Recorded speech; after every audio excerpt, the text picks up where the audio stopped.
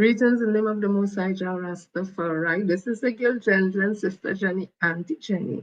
And if you want to get formal, it's Miss Jennifer Frederick, another additional Louis Toby thing. I'm on Bounce Up platform. So all those on Bounce Up, all they subscribe, like. Those on Facebook, I haven't forgotten my peeps on Facebook, you know. You all also share the live, let everybody hear because it's important things we just be talking. And you all be always here, so I know you like what all you're hearing, right? So, you know, we have a program today is Monday again. People and next week has started. Just now is Independence, and then we have Republic Day, we have Diwali, we have Christmas. So let me start this thing right. Time and tide waits on no one, but I just wait on my peeps. You know, I love all their bad. Let me see. Pearl. Hi, Pearl. Like slowly talk the thing.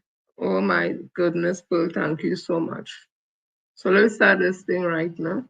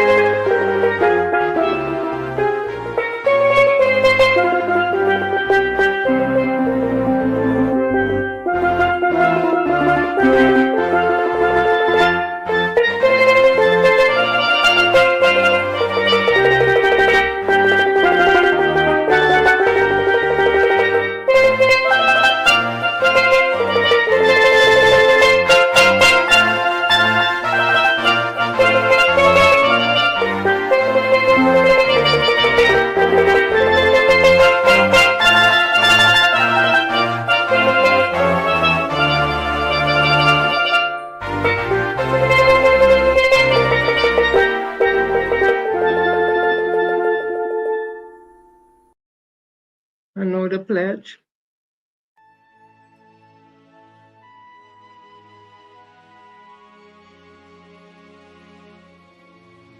I solemnly pledge to dedicate my life to the service of my God and my country. I will honor my parents, my teachers, my leaders, and my elders, and those in authority. I will be clean and honest in all my thoughts, my words, and my deeds. I will strive in everything I do to work together with my fellow men of every creed and race for the greater happiness of all and the honor and glory of my country.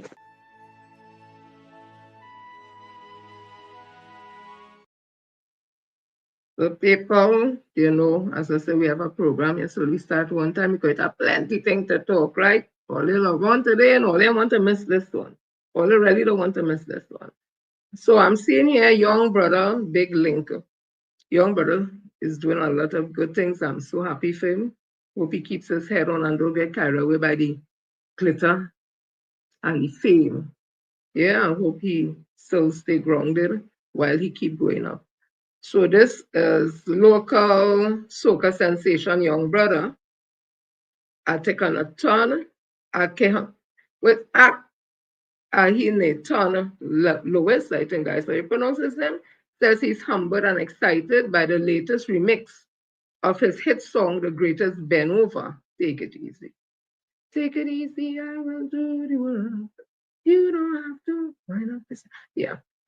Featuring US R&B pop star Chloe Bailey and Ghanaian viral sensation Molly Ama Montgomery, that's the whole name, which was released on Friday.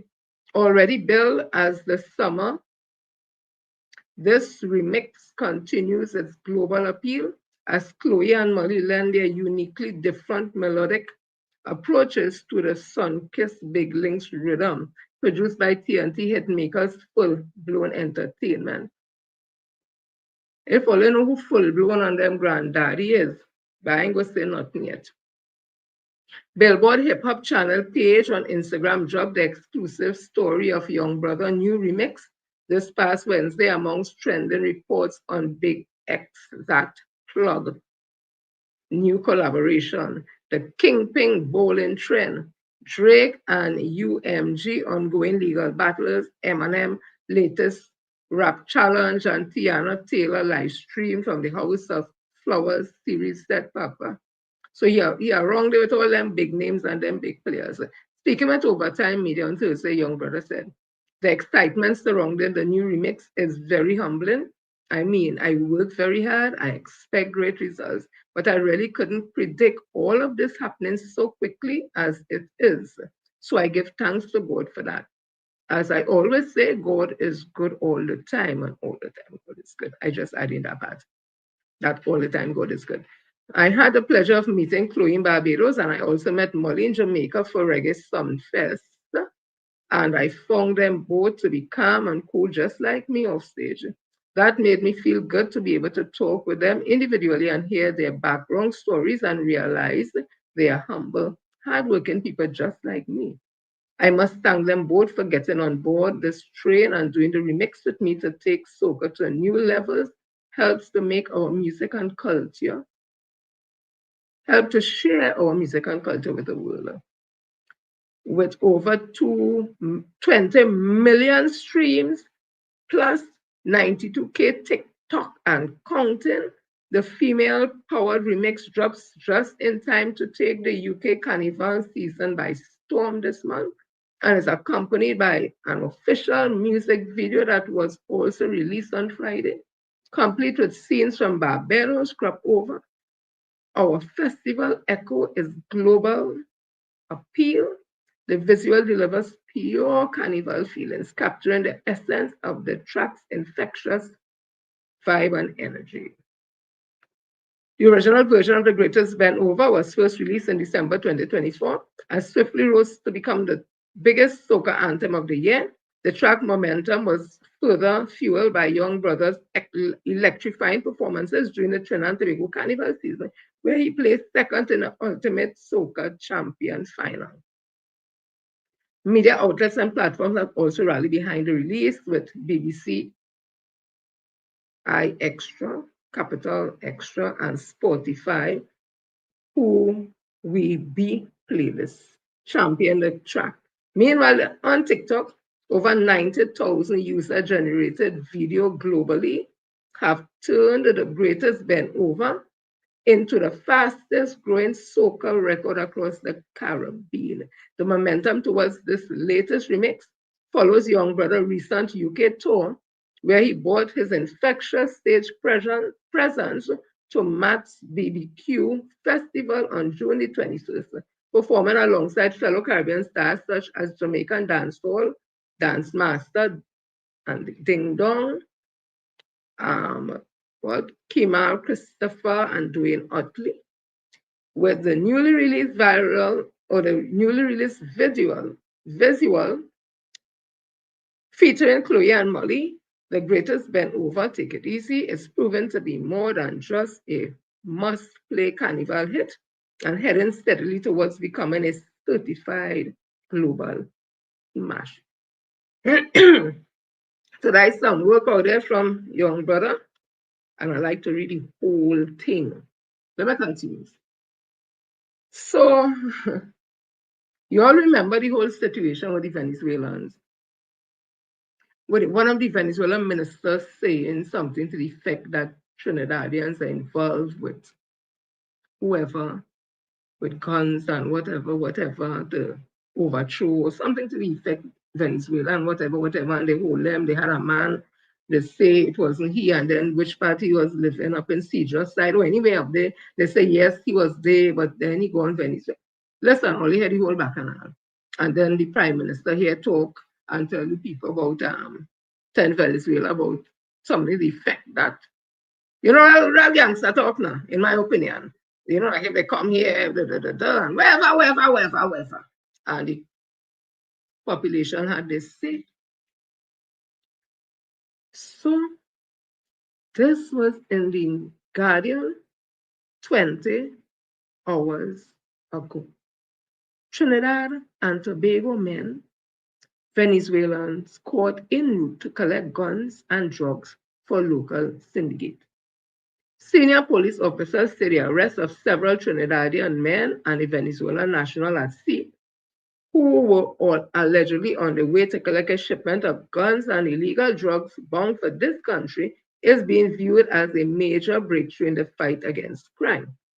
Yesterday, senior intelligence officials confirmed the authenticity of a video circling on social media showing the arrest of what appears to be at least 5 Trinidad and Tobago nationals by Venezuelan security forces aboard a vessel intercepted in international waters.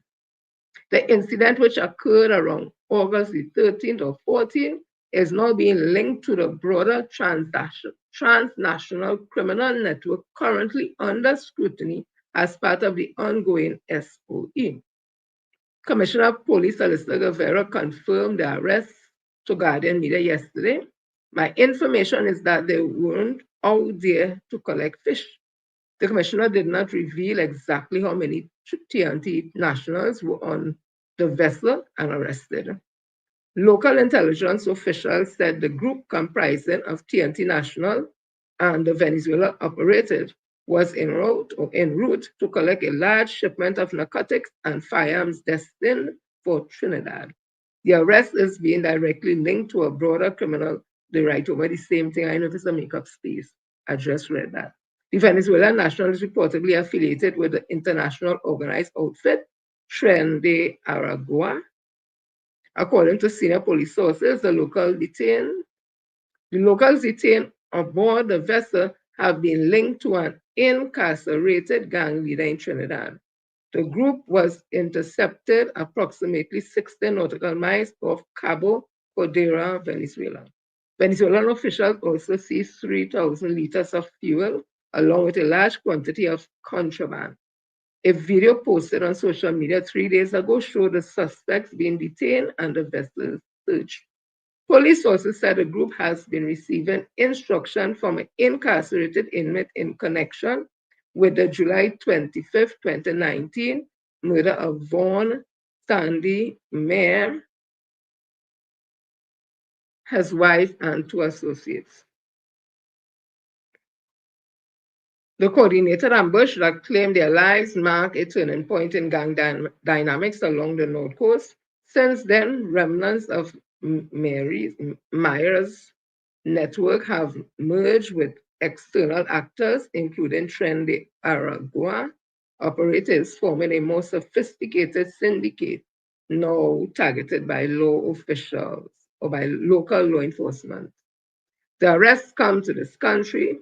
The arrests come amidst this country's state of emergency declared on July the 18th in response to a threat against national security. It has now been speculated that the emergence of this video, along with other recent intelligence, influenced the government decision to cancel all Independence Day celebration, including the National Parade, and instead declared National Day of Prayer and Reflection. Guevara, meanwhile, said investigations are continuing into the arrest of the locals. In a voice note issued to Guardian Media, he said, some of the individuals who are known to us have now made our jobs a lot easier. He added that while it was fewer men for the TNT police service to locate, officers were aware of where to look. The police commissioner warned, let this serve as a clear warning to other misguided individuals who believe that they can evade justice by crossing borders. He also said the suspect may not be as comfortable or fond of the accommodation provided by local officials at the security military facilities. He ended by saying, I wish them luck because they will need it. So they're tying this to the SOE and all that. Me no police intelligence, so I'm not getting in that. Let me continue. Well, this one make me kind of smile because like we tell only so kind of moment.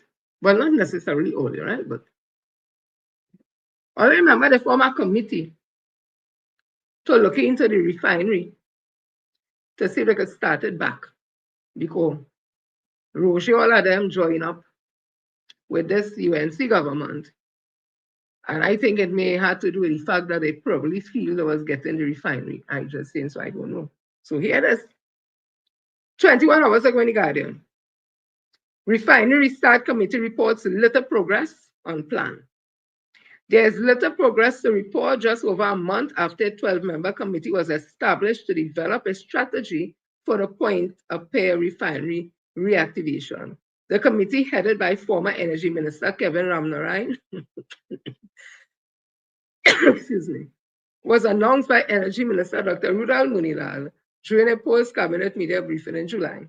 The Energy Minister and the committee would be tasked with providing a report in 4 months. When contacted yesterday concerning the progress of the committee work, Ramnarai simply said, not yet. The Gakara refinery was closed on August 2018, as Operation wound down ahead of Petrotrain closure in November 2018. The Oilfield Workers Trade Union had made multiple unsuccessful bids to purchase the refinery as Patriotic Energies, the last of which was rejected in January 2021. In February this year, a Nigerian company, Oando PLC, was named by former Energy Minister Stuart Young as a preferred bidder to lease the Guyakara refinery in Pointe-a-Pierre, based on a recommendation by an evaluation committee. However, Oando involvement was put on hold after the April 28 general election, which was won by the United National Congress. Hey, games and more games, in my opinion. All you are moving faster, you got plenty. Oh, Jesus, the UNC making it seem as if they're in office for about 3 years now. So Mr. Eddie stepped out himself. Remember, there was a presser sometime last week. No, it was not a presser, it was a meeting, a PNM meeting, sometime last week, I think it was, where Faris Alwari would have spoken comprehensively on this issue with CPEP and the contract and this Cabinet Note 2017. After he had spoken, everybody was like, okay, we didn't know that. No, Papa, CPEP CEO takes legal action against Alwari. Oh, this was 7 hours ago, Trinidad Express, August the 18th, 2025. Chief Executive Officer, now remember, Mr. Eddie is the only person remain working. Chief Executive Officer of the CPEP Company Limited, Keith Eddy, has taken first legal step in a defamation claim against opposition Senator Faris Alwari. Through his attorneys at Freedom Law Chambers, Eddy issued a pre-action protocol letter to Alwari yesterday, alleging that a series of public remarks made between July 29th and August 13th this year have harmed his reputation and professional standing. The letter identifies comments attributed to Alwari, a former Attorney General, during a news conference in a media release and at a public meeting, as well as reports carried on sections of the press. According to Eddie legal team, these remarks, widely circulated across traditional and digital media, portray him in a manner that was grossly inaccurate and damaging to his integrity. The alleged defamation, his attorney argued, occurred through suggestions in Alwari's public statement that questioned Eddie's honesty, competence, and professional conduct. The letter contended that these remarks conveyed to the public that Eddie had acted improperly in his role as CEO and that such claims were both unfounded and politically motivated.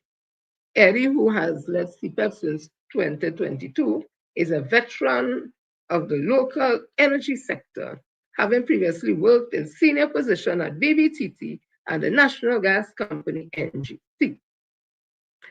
Freedom Law Chambers is headed by former Attorney General Anna Ramlogan. The letter outlines his professional record, describing him as a career executive with decades of service in both state and private enterprise. His attorneys contended that the opposition senator's statement was calculated to discredit him personally and by extension to undermine the credibility of CPEP's management. As a result, the CEO claimed he had been subjected to public ridicule and reputational harm. Eddie is seeking damages, including aggravated and exemplary damages, and has called for an immediate withdrawal of the statement along with public apology. The pre-action protocol letter makes clear that legal proceeding will follow if no resolution is reached.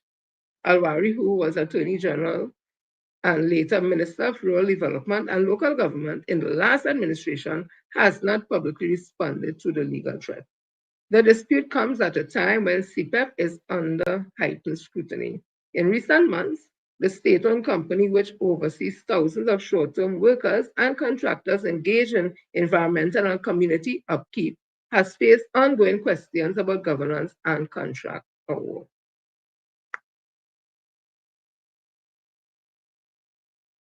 This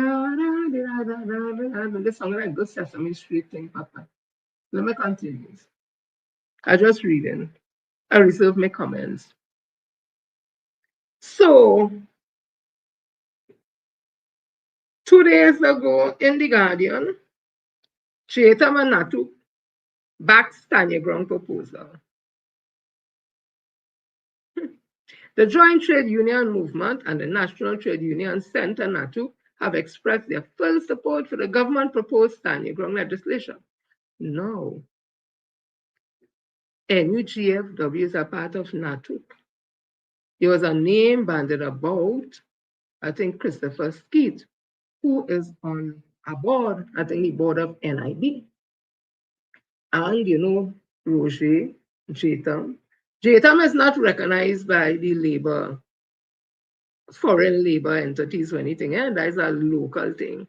The body that is recognized, the National Trade Union Center, NATUC, that is an internationally recognized center where all trade unions, most trade unions are on it, like PSA, Tutor, NUGFW, and others. This NATUC is them fellas and them Roger and them formed that.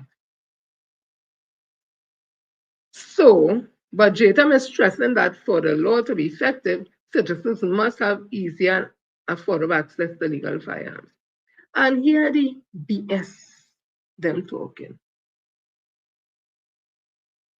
For the law to be more effective, citizens must have easy and affordable access to legal firearms. That is what they say JTAM, headed by Roger. In my opinion, I say that all ass. That is my opinion. He does get on like an old ass. Is saying or is stressing, because he's the head of JTAM, he represents JTAM, that for the law to be effective, citizens must have easy and affordable access to legal firearms. He didn't say that for it to be effective, citizens must understand the law properly, because we have the Minister of Justice saying, shoot people in the back. You have people not fully understanding what this law is, because we already have home invasion law, and in the home invasion law, we have the self-defense laws. You have a right to defend yourself against any threat. That is there. Nobody ain't talking about that. All the excitement is we go get a gun. Because in the self-defense laws and the invasion laws, it ain't talking about you have to get a gun, or that will help with getting a gun. But this stand your ground law, to me, is all about going and get guns. And when you look at the states in America that have stand your ground, the only people it appears that are disenfranchised who are being killed, maimed, are people of color. And in Trinidad and Tobago, we is people of color.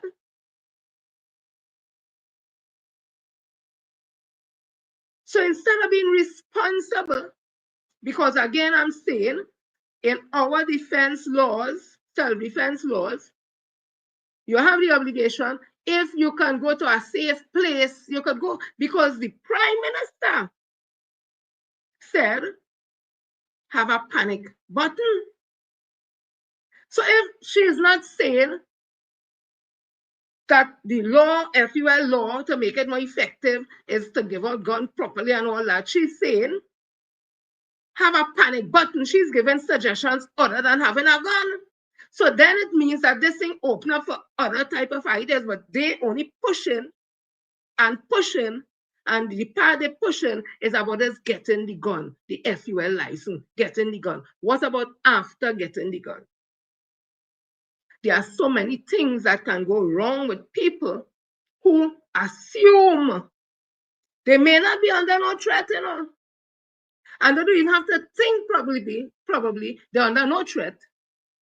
They could just feel so, and without thinking about it, nobody self-defense, or you will take stock of the thing better. But if you feel once you know you're going and you done here already shoot in the back, you can shoot and kill, don't worry about that. Then you're not taking any time to assess the situation properly. You're going to take the easy way out, where you just say, well, when I feel he watch me, I feel he on me, just shoot him. I can't pull up, I feel them looking like they go do me something, let me do them first. But them is the men and women of letters and who in position, and them that sound more dotish than we out here who ain't have all them letters. So a population of 1.5 million, it already have illegal guns, or they plenty. You know, here they coming to pick up some shipment and this and that, not me who say. All the one people that have legal guns right now. A man who have a legal gun, somewhere with his mom and they whatever, and some bad drive and parking spot or something, so come out the vehicle and they go to attack him mom with knife, whatever it is. He have a firearm, a license, and he pull it out and start to shoot. When all the shooting done, is the mother he shoot. I leave in that there. Yes. I understand the need to protect yourself. I empathize with people who have been involved, who have been victims of crime and that, who have lost loved ones. I am not discounting that. But at the same time, it doesn't mean we have to be reckless because we want to fix the situation and we're hurting. We just take anything. And then when the dust settles, that creates more problems than we had before. That's all I'm saying. So I'm going to read this note. Something catch my eye. It says here, what? Just now.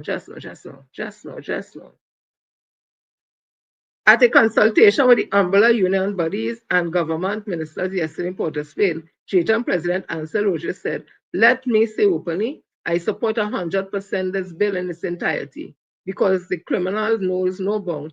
They are nothing about who is who. Well, you know, Mr. Roger, people might say, I'm just saying, people might say that YUH is a criminal but white collar.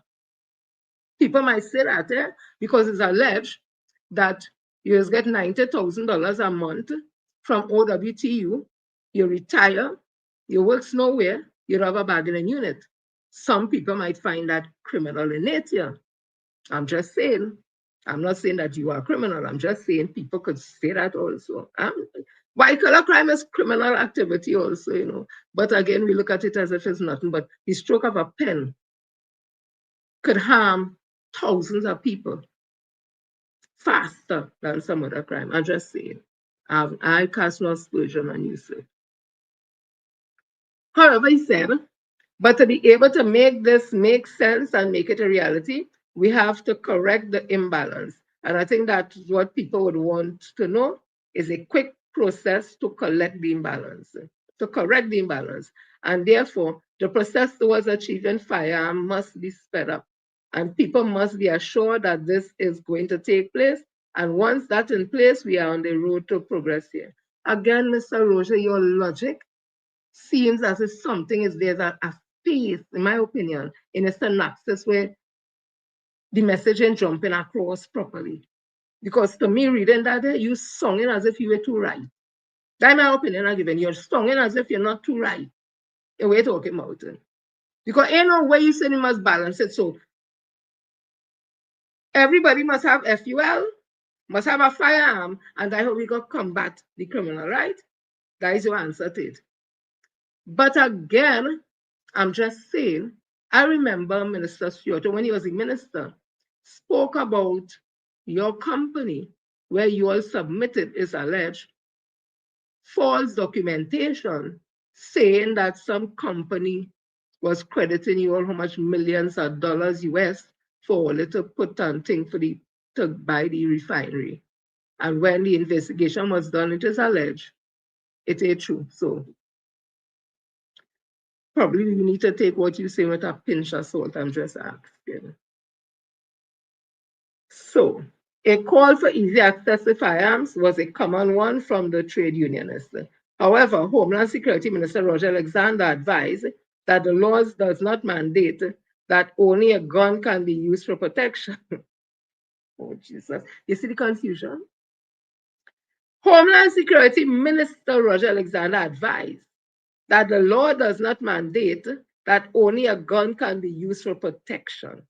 Now, you see, Honorable Minister Roger Alexander, when you all started off this conversation with Stanley Ground, that is not the impression that all you was giving people. You all made people feel that Stand Your Ground is going to help solve the crime and that's it. Have a gun to protect yourself and your family and that's it. No, only coming after plant the seed in people's head, but get a gun to support your Stand Your Ground. You all not putting in it, just like your Prime Minister said, have a panic button.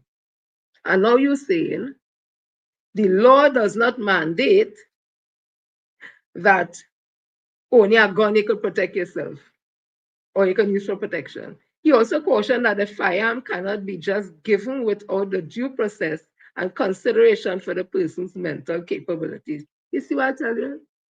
I am confident, this is my opinion, that when the Honorable Minister Roger Alexander hear what Roger say, he must say, he's something like he meant it. I just, that's just opinion I give him.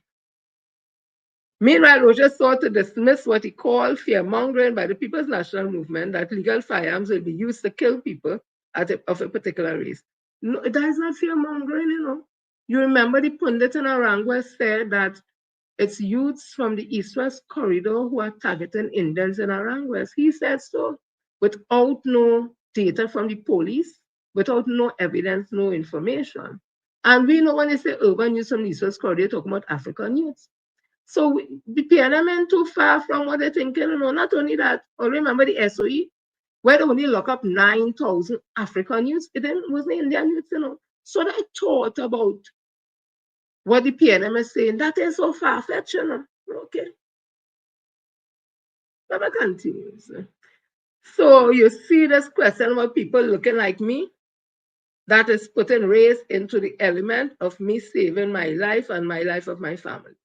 This has no consideration as far as I'm concerned. I want the right to use deadly force to ensure that I live after a home invasion is taking place. But Mr. Roger, with the self-defense law we have, you can't defend yourself if somebody comes into your property.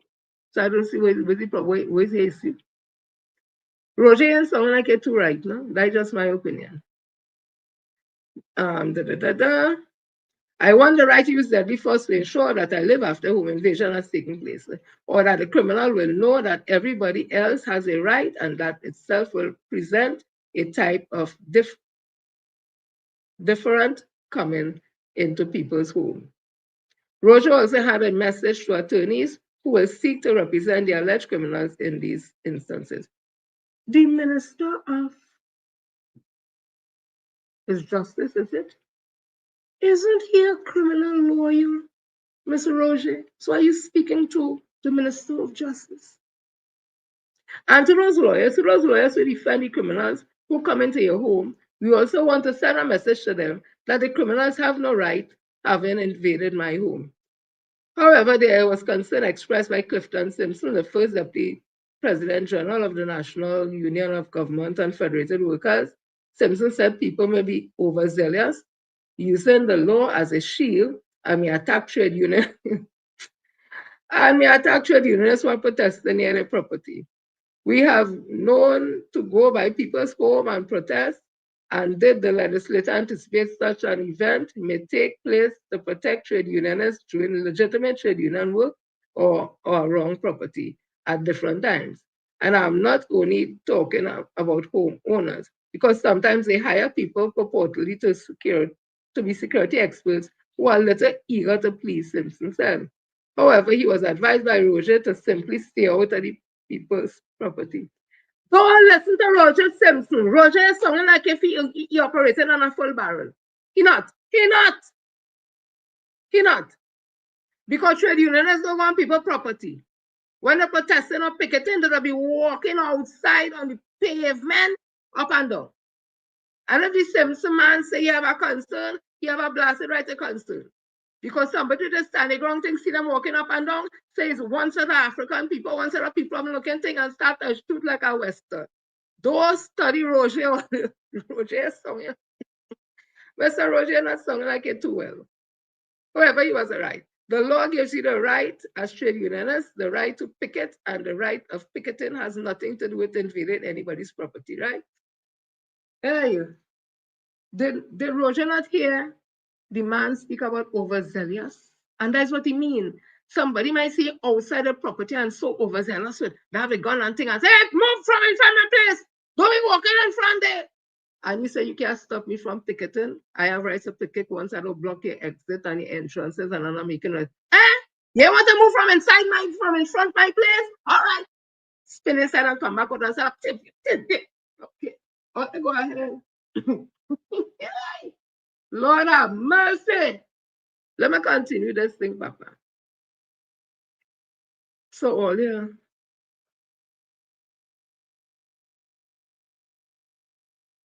This man, Selwyn Kojo. Selwyn Kojo. This is something he wrote in 2011, right? It says, Shark Web by Dr. Selwyn R. Kojo. September the 6th, 2011, it says, I wrote these lines in 2003 in recent debates on the SOE when Dr. Rowley reminded the PP/UNC of their hypocrisy. The Prime Minister condemned him and the PNM for not having the courage of their conviction to carry out what in hindsight was a progressive way to deal with the problem. Excuse me. And she may be correct. Yet the fact remains that when the PNM sought to deal with the problem, it was labeled racist and the PPUNC condemned it. Now we are told that they not only have more sympathy for Black people, but have been sent by God to be our saviors. I have no doubt that this racist program called a state of emergency will result in further criminalization of the Black population, promote greater ethnic divide, and brutalize the society even more. History will record that an Indian government built the first detention camps in our country, thereby initiating the first stage of making Afro-Trinidadians excuse me, a permanent underclass. In years to come, many of the enablers will weep at having assisted the PP in their diabolic design against Black people. Excuse me. I wonder if Selwyn Kojo is one of them who now weeping. I just ask a question because Selwyn Kojo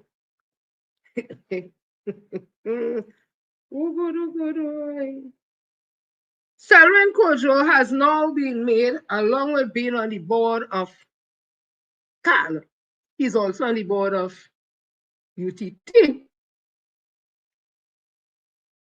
The same government he talked about what they're doing to Black people, and they're so racist. That man is in the bosom there now. Director, I can't find the picture. If you're listening, put it up for me now, the picture with Selwyn Kojo. And if you see how Selwyn Kojo, like, oh God, if you see the smile on his face, this smile on this man's face, you know, it looks like, oh God, he's so happy that he gets something. I wonder which part that is. Director, I'll put it up for my navigate. I hope she hears it. So I'll show you the picture just don't worry. We commented something, you know. We commented something. This had to talk today. This is something written by Bishop Reverend Devan Narayan, Prophetic and Apostolic Ministries International. Right, she sent it Peter from I go send it. I'll put it for you just now. So this is what this bishop wrote. Pigs in the palace. In less than 100 days, pigs have taken over the palace. If you haven't yet read Animal Farm by George Orwell, I strongly urge you to do so. This 1944 classic offers a strikingly accurate representation of the current turmoil in Trinidad and Tobago. The Prime Minister, leader of the UNC-led coalition of interest government, UNC/COIG, has made a startling admission. Some of her MPs and ministers have already forgotten the very people who voted for them into power. This shocking reality has led to an issuance of a 100-day warning. Furthermore, she has openly acknowledged that there are corrupt activities ongoing within her government, and specifically the blatant replacement of PNM ghost gangs with UNC/COIG ghost gangs. This is an unacceptable display of negligence and a blatant attempt to distract. If these allegations hold true, why hasn't the Prime Minister taken immediate action to fire those involved? This situation raises two critical questions. First, is this warning only enough to deter internal corruption? Second, how many times will such warnings need to be issued before real change occurs? The implications are clear. The Prime Minister is losing control of her government in a matter of days. This is her admission. When the UNC trumps, it seems that corruption trumps as well. The political games and stunts must come to an end. The sensational rhetoric and election-style governance practiced by the UNC/COIG needs to cease immediately. Let's be clear. Is yellow now the code of corruption or for corruption? What are we witnessing? What we are witnessing is nothing more than gimmicks, tricks, and theatrics. The Prime Minister must demonstrate that she can manage her government effectively. This 100-day charade of blowing smoke to pacify the public while allegedly plotting corruption is wholly unacceptable. Court records show that $34 million vanished during her previous term in livestock, a clear indication of her leadership. The Prime Minister can ill afford to dismiss any member of this shaky coalition, for that could lead to its collapse, which is already in motion. What we have seen in the last 100 days is nothing but a continuation of election campaigning by the UNC/COIG. The bushead talk is mere election rhetoric. The election is over and now it's time for serious governance. One individual who misleadingly claims credit for initiating the UNC/COIG was actually the last to be assigned a ministry only to eat a food. This is revealing. Clearly, the Prime Minister does not trust him and with substantial responsibilities. This flip-flopping character who previously distanced himself from his partner is now being heralded as Mr. Fix-It, a farce. This explains why he incessantly pledges his loyalty and devotion to the Prime Minister on social media, having transitioned from a big fish into a small pond to a small fish in a vast ocean. He appears bewildered by his newfound power. This junior minister's role appears to be entirely focused on being the UNC/COIG Berkey. We are told there is a waiting list of over 200,000 applications at HDC. The proposed solution, build 20,000 houses in 5 years, while leaving 180,000 individuals to fend for themselves. This is nothing short of neglect. While boasting about India's accomplishment, 200,000 houses should be a breeze. The turncoat Attorney General was permitted to stand in Parliament with the backing of the Honourable Speaker and openly threaten his colleagues. His now infamous quote, "I will come for you," implies and or suggests that he's targeting those he deems corrupt. However, he should refocus his attention on the corruption as alleged by his prime minister, which is occurring right under his nose. Excuse me, instead of casting covetous glances at her. Yuck. His conduct resembled a scene from Mississippi Masala Mystery. Oh my, ugh. The Prime Minister, other ally, a blank man, once an estranged lover facing trial abroad and unable to be extradited, now appears to be under her protection and that of a new blank man. This creates a solution, or this creates a situation of blatant hypocrisy. Let's be clear, corruption talk is empty rhetoric. As Sprangeland aptly put it, politicians don't incarcerate comedians because those in the same business protect one another. Can we expect accountability from anyone in this political arena? Only the ordinary citizens are left to bear the brunt of this corrupt system. The animals and grass cutters will continue to suffer. Well, Papa, Bishop Reverend Deva Narayan, Papa, you're good. You're good with your words. You're good, oi. You had a good oi. You good oi. Papa, if you ain't laugh sometimes, I'm gonna tell you something, you'll be crying whole day. So let me go to this man. Look at this man. Look how this man looking. Look, watch him, watch him. Look at this man now. This man is the modern day Stephen and all they know Stephen from Django with Jamie Foxx. No, not the man who is the actor. I'm talking about the character that was portrayed. Look at him. Look at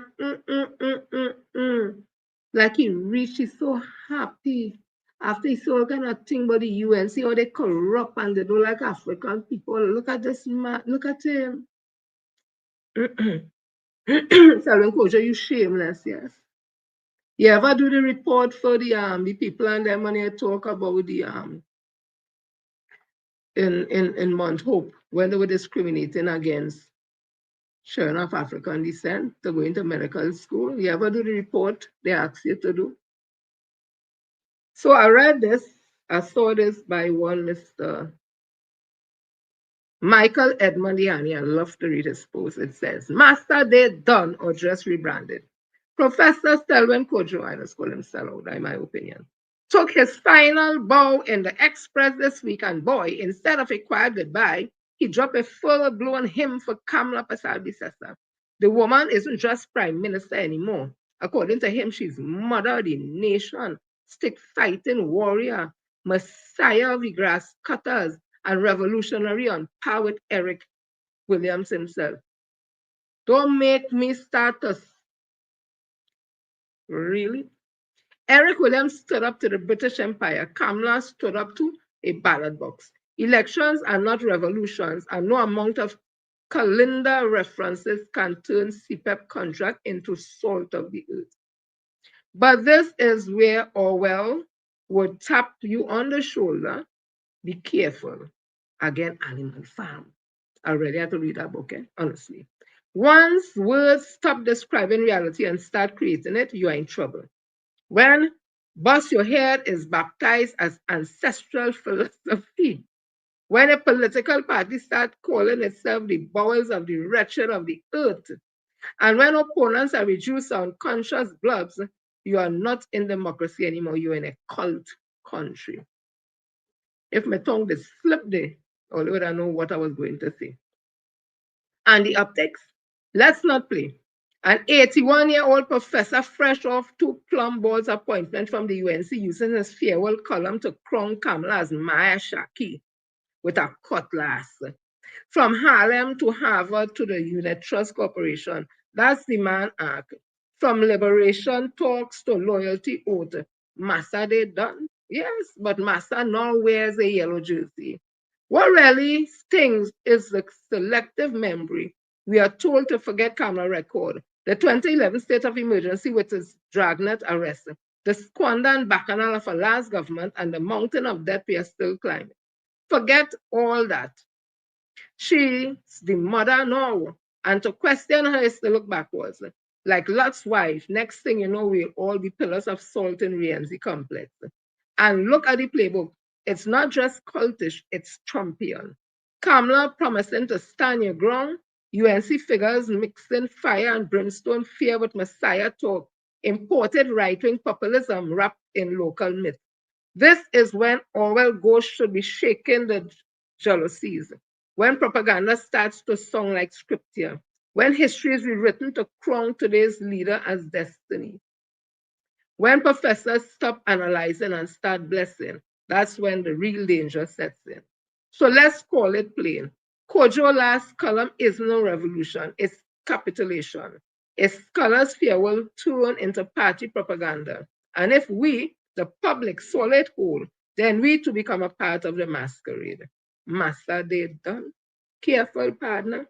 Massa might just be back. Only this time, he's asking to clap while he busts your head. Well, people, we have a lot of Stevens. A lot of Stevens with weak complexion, and a lot of go along to get along because they want something with weak color. I don't have a problem with nobody wanting something. But you see, when you're standing up with the wrong thing and you're doing it because you want to get something, that is where we just part ways. So let me continue because it's a real thing to do. So we are now hearing that the cancellation of the Independence Parade and fireworks is due to some type of plot against Minister Justice, Wayne Sturge. That's what we're hearing now. All I want to say, I hope the minister and his family are safe.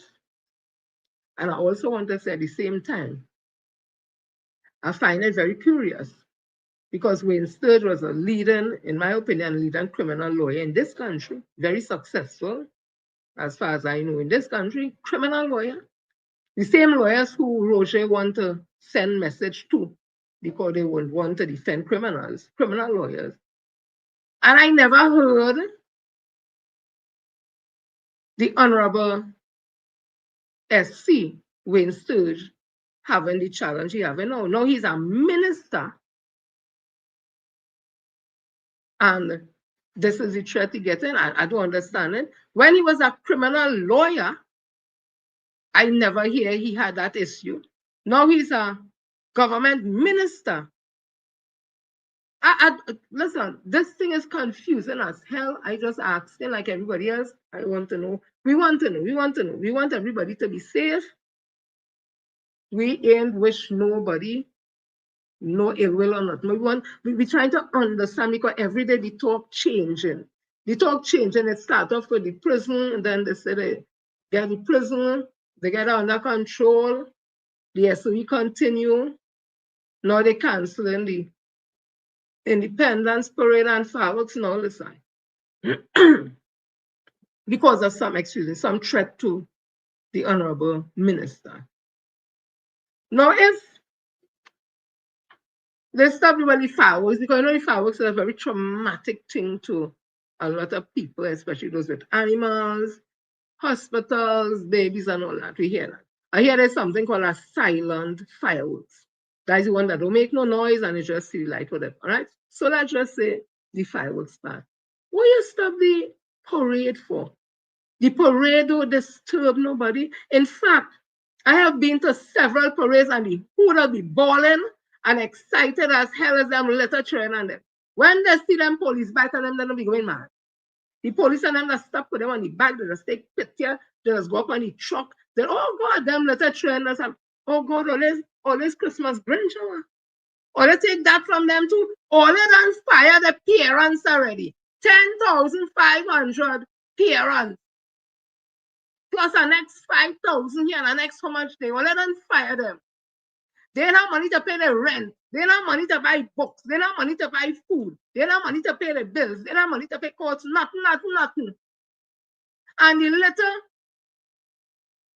Independence Parade, they could have still come out and see somebody and hug and ting and feel a pride and sense of pride no matter as bad as. Oh, let's stop that too. Like, all you don't want to see people happy in this country at all. What all you stop the parade for? And I'll tell you why I asking that. Just a minute. I just asking a question. I want to know why. I see this by this person here. Just no, wait. I don't know. It said it's Marsha Lauren Walker. This is what she say. I don't know, Papa. I often tell the story of my first introduction to Wayne Sturgis. I was invited to his office during my 2020 campaign only to find an alleged gang leader there. Do you think you can win without me? Was the question posed by Mr. Sturge's clan. To which I replied without an ounce of fear in my voice. Then I will lose with my integrity. This is not me, right? They say, Papa, it says here Marshall Lauren Walker. Okay, I know it's not more this. I just read what the person put, right? My security signaled to Richard that this meeting needed to be over and we left. During my 2020 campaign, you guys may remember we pulled the girls from walkabouts due to safety concerns. Think about the accusation made by Gary Griffith against Wayne Sturgis. Think about his boasting that it was precisely because of his close ties to the criminal world that he thought he could solve crime. Did this government make deals they can't keep? Did they lie with dogs expecting not to get fleas? What's the first rule of sleeping with the devil? You don't know. Now, you know, what's the first rule? Again, this is not my right. I'm saying all this because I'm still trying to understand what's happening. I don't get it. I don't get it. I'm trying. Then I see former Minister of National Security, Mr. Fitzgerald Hines. He would have written this. Former minister criticizes UNC over Independence Day parade cancellation. Former Minister of National Security Fitzgerald Hines has strongly criticized the United National Congress, UNC, and its leader, Prime Minister Kamala Persad over the cancellation of this year's Independence Parade. Hines, in a social media post, highlighted what he described as a pattern of unpatriotic behavior. From the opposition party, he noted that while the UNC often objects when former Prime Minister Patrick Manning and other PNM officials use terms like unpatriotic, its leader has reportedly remained silent when party members have made disparaging remarks about our national figures. According to Hines, Persad has consistently avoided national events, particularly when her party is not in government. It does not surprise me that she has not so casually discarded our premier national celebration, the TTDF run Independence Day Parade, to the wastebasket, he said. The government has cited two reasons for the cancellation: ongoing national security risk under the state of emergency and the need to save money.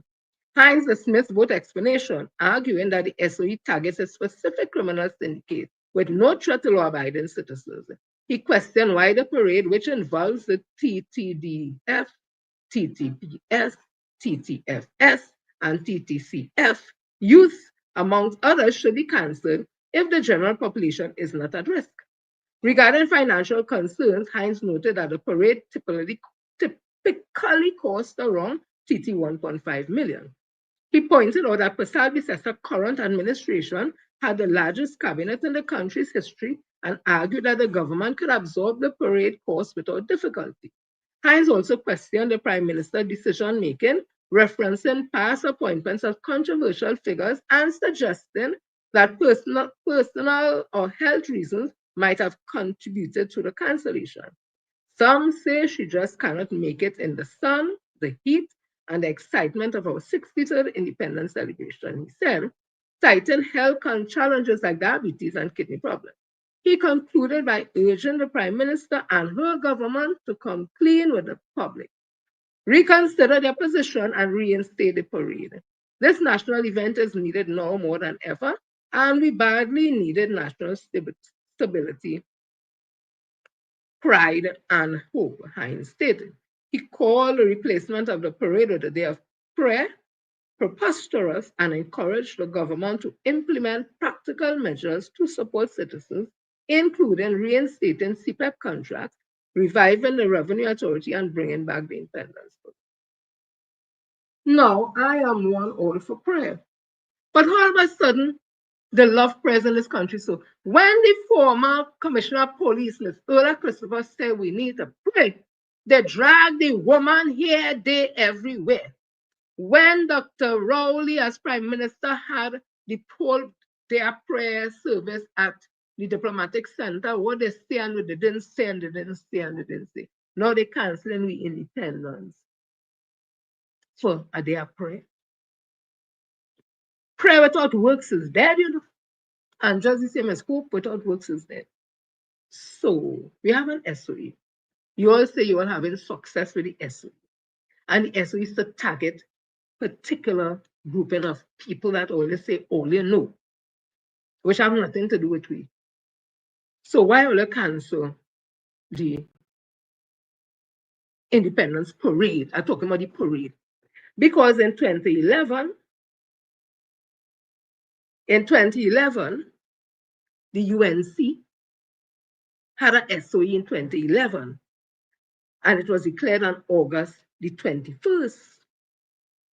But August the 31st of that same month with a SOE, when did they tell me it's criminal, this and that, and it was who was trying to threaten who and all that. All them things that they say it was why they call the SOE in 2011. In August 21st, 2011, they call it SOE. And August the 31st, 2011, we had the Independence Parade where all government ministers were gathered.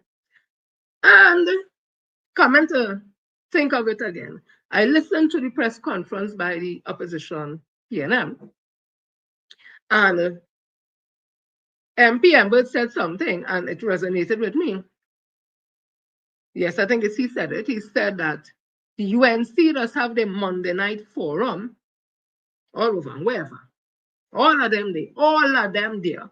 And about a couple hundred or something, so he said, police officers there, security, and they don't be afraid. So how come in the daylight, in a place where it have army, coast guard, this one, that one, fire, that one, this one, that one, they worried about security? And I said, but you know, he making sense. I don't get it. Them just have the forum in the night all over. All of them does be there. The good ones are the people I never hear it frightened and concerned, but all it. Listen to me now. I'm going to read some things here now. So Tanku is saying, or asking, why is the PNM so anxious for there to be an Independence Day parade? Is the question being posed by Finance Minister Dave Tanku, who, in a TikTok video, questioned the opposition motive, right? And he's suggesting something with the PNM wants to facilitate criminals. And Honorable Tanku, Minister of Finance, more concern yourself with presenting a comprehensive budget this year, and concern yourself about this 10% starting point of negotiation that you, mean if it's you or your prime minister or who, tell Felicia Thomas. But we, the sensible citizens, know that ain't making sense, right? But you tell them and she's still sprouting that garbage. So study about them things now. Because the last time I think we heard in front of JSC that the former Commissioner of Police, Gary Griffin, would have alluded to the UNC being in bed with criminal and some $40 million pay and some meeting in Hyatt and the foily meeting. That is what we heard. So I don't know how, what you're talking about with PNM facilitating criminals, because wanting to have the Independence Day parade, and as I now explain what members say, you're in the savannah where it have all military have gone. I don't know if all the field the gun and them empty. All over it are soldier walking, all over it gone anything. Anybody going to do anybody anything, but all they having Monday night forum all over the place, all over the night, and don't have that amount of security and all have a problem. So the PNM wanting you all to bring back the independence parade. How that is wanting to facilitate criminals. Again, all the tell me now. These things not adding up. Them jumping from A to Z and they're putting a dot over a T instead of crossing the T and not putting the dot by the I. Everything mumble up and jumble up. I don't get it. I don't get it. I don't get it. But let me continue. I don't get it. So I'm going to play some. Then they say to save as much as 2.6 million, but again, former Minister Hines will have addressed that. And he's correct because the same money they complain about that Dr. Raleigh get to himself and blah, blah, blah. All of them collecting that money and they collect their first salary, I think was last month. They didn't give it back, they collect all. So they know what they could do, collect all the old salary and give back the excess. No, all they taking the new salary. The same salary, all the cost Dr. Raleigh about, all they taking it very comfortable. And 900 for 900 plus senior public officers. Well, the senior officer, public officer didn't complain, was the politician complaining, but they enjoying the money. So, people, I'm going to play something here, right? And if you are insecure within yourself, you go get horrors in what I'm playing and what I'll be saying. Again, this is not all people. There are some people in our society who never wanted us to get independent. That is a fact. Not all. There are some in our society did not want us to become independent at all, and they fought against that. Some, I say all. Listen to this, please.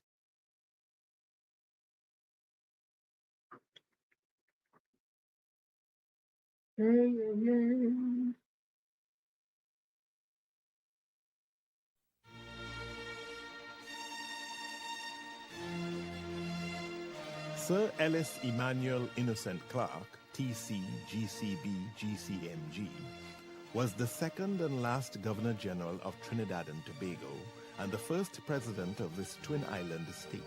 Born in 1917, he saw this country move from crown colony to self-governance through independence to republicanism. One of the main architects of the 1962 Independence Constitution, Sir Ellis Clark attended the Marlborough House Conference in June of that year. This conference led to Trinidad and Tobago gaining independence. So that was the Marlborough House, led by the Secretary of State for the Colonies and all his advisors, and the government of the day, Eric Williams and his ministers, and the leader of the opposition, Rudranath Kapildeo, and all his supporters. And I was there as constitutional advisor to the cabinet. I was sitting between Rudranath Kapildeo and Eric Williams, and some of Kapildeo's remarks would have been unprintable. But Eric Williams probably didn't hear them because he had his hearing aid on the other side. I was the buffer between the two of them. But the government wanted something and the opposition wanted something else, and everybody got annoyed with me. The opposition felt that I should see their point of view. The government said I should support them. I was, after all, constitutional advisor of the cabinet, and I kept my cool and said nothing. So it wasn't allowed to reach deadlock. With their usual technique, the British had a tea break, and everybody caught up, and most people in a huff and a puff. By the time we returned, everything was hanky-dory.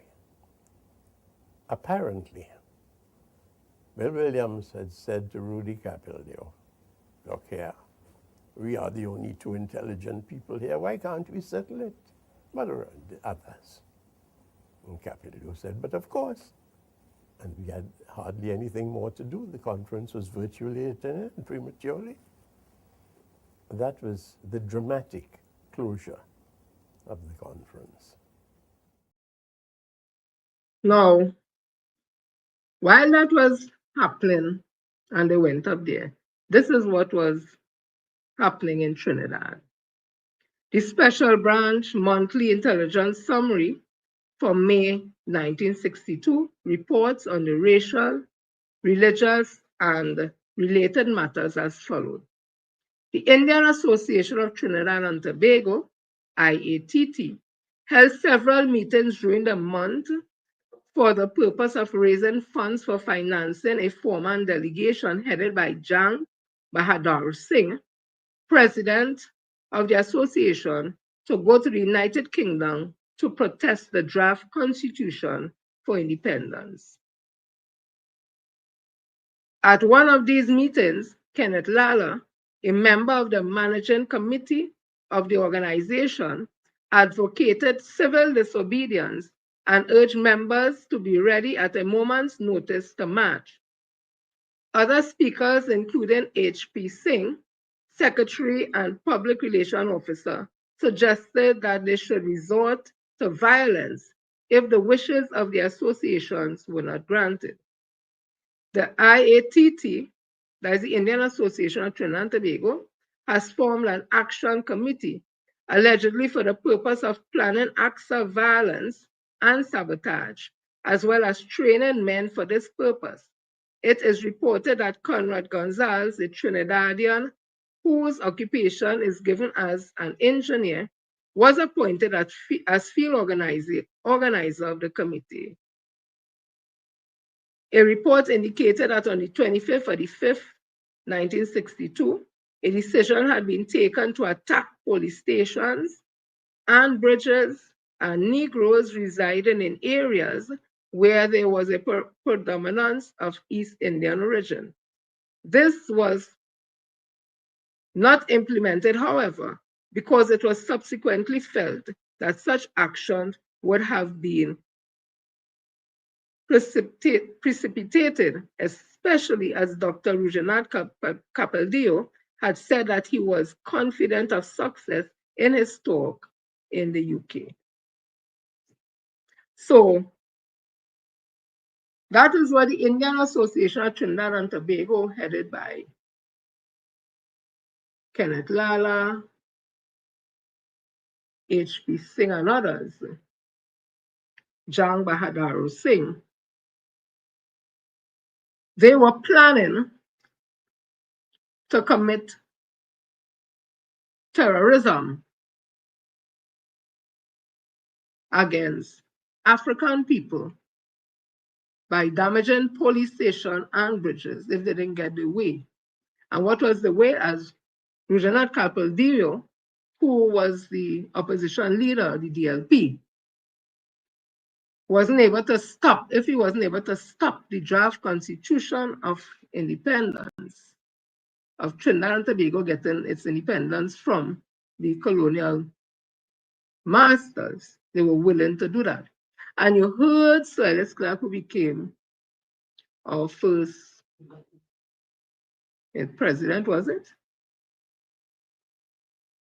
He was sitting between Rujanat Capeldio and Dr. Ike Williams in Marlborough House, and he said the kind of things that Capeldio was saying.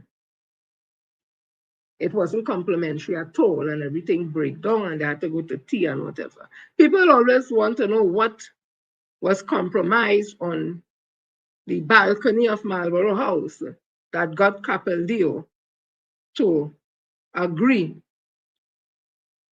to not create problems and for us to have our independence. I don't know. But a conversation happened. And again, I'm saying this is not everybody. This is some people of Indian descent. That is the behavior and has always been their behavior. Right? I want to read this here because I'm not making up these things. So when I see Kamla Prasad Bisesa, it's so easy for them to cancel our independence. Some of their own never wanted independence. And we know the DLP is a recent modern day the UNC is a recent reincarnation of the DLP that has gone through DLP and ULF and SDLP and Club 88 and the farmer thing, wherever they come right down to UNC. So this year I'm reading was in 2011 in the Guardian, our IRC separators' desire is incontestable. The Indian Review Committee letter on June 22nd, in response to my article, somebody wrote this article, not me, on May 18. In writing the race stories, I had to compress an enormous amount of information into 900 words installation. Perhaps the Indian Review Committee did not use the word English, but their desire for separatism and the direct relation of their particular call to the English proposal is incontestable. My source was the RIC published book, H.P. Singh. Remember, just read H.P. Singh, who was a part of the Indian Association of Trinidad and Tobago, who was planning to carry out terrorism against the people of Trinidad, especially people of African descent, if they did not accede to stopping the draft constitution of Trinidad and Tobago when the DLP, who was the opposition at the time, went up to Marlborough House along with Dr. Eric Williams and his team to present the draft constitution of Trinidad and Tobago to the British first to get our independence. So let me continue. I just put it into perspective. H.P. Singh's book, The Indian Struggle for Justice and Equality Against Black Racism in Trinidad and Tobago, 1956 to 1962. On page 115 to 121, the issue of the creation of an Indian homeland in the Americas is discussed. The first article speaks of the 1960s yearning for an Indian homeland named Hindustan. Columns by Kamal Prasad, who was the author of that book, published in the Express, included the one on January 20th, 1991, were also published in this section. In that article, Prasad visits H.P. Singh call for partition of Trinidad. He proposes that it could not be supported, but called for the unification of the South American states of Guyana, Suriname, and Trinidad as one state, and that this state be the Indian homeland in the Americas. The IRC proposal developed is more ambitious than Singh's partition and takes the jaundiced fantasy of the realm of the absurd.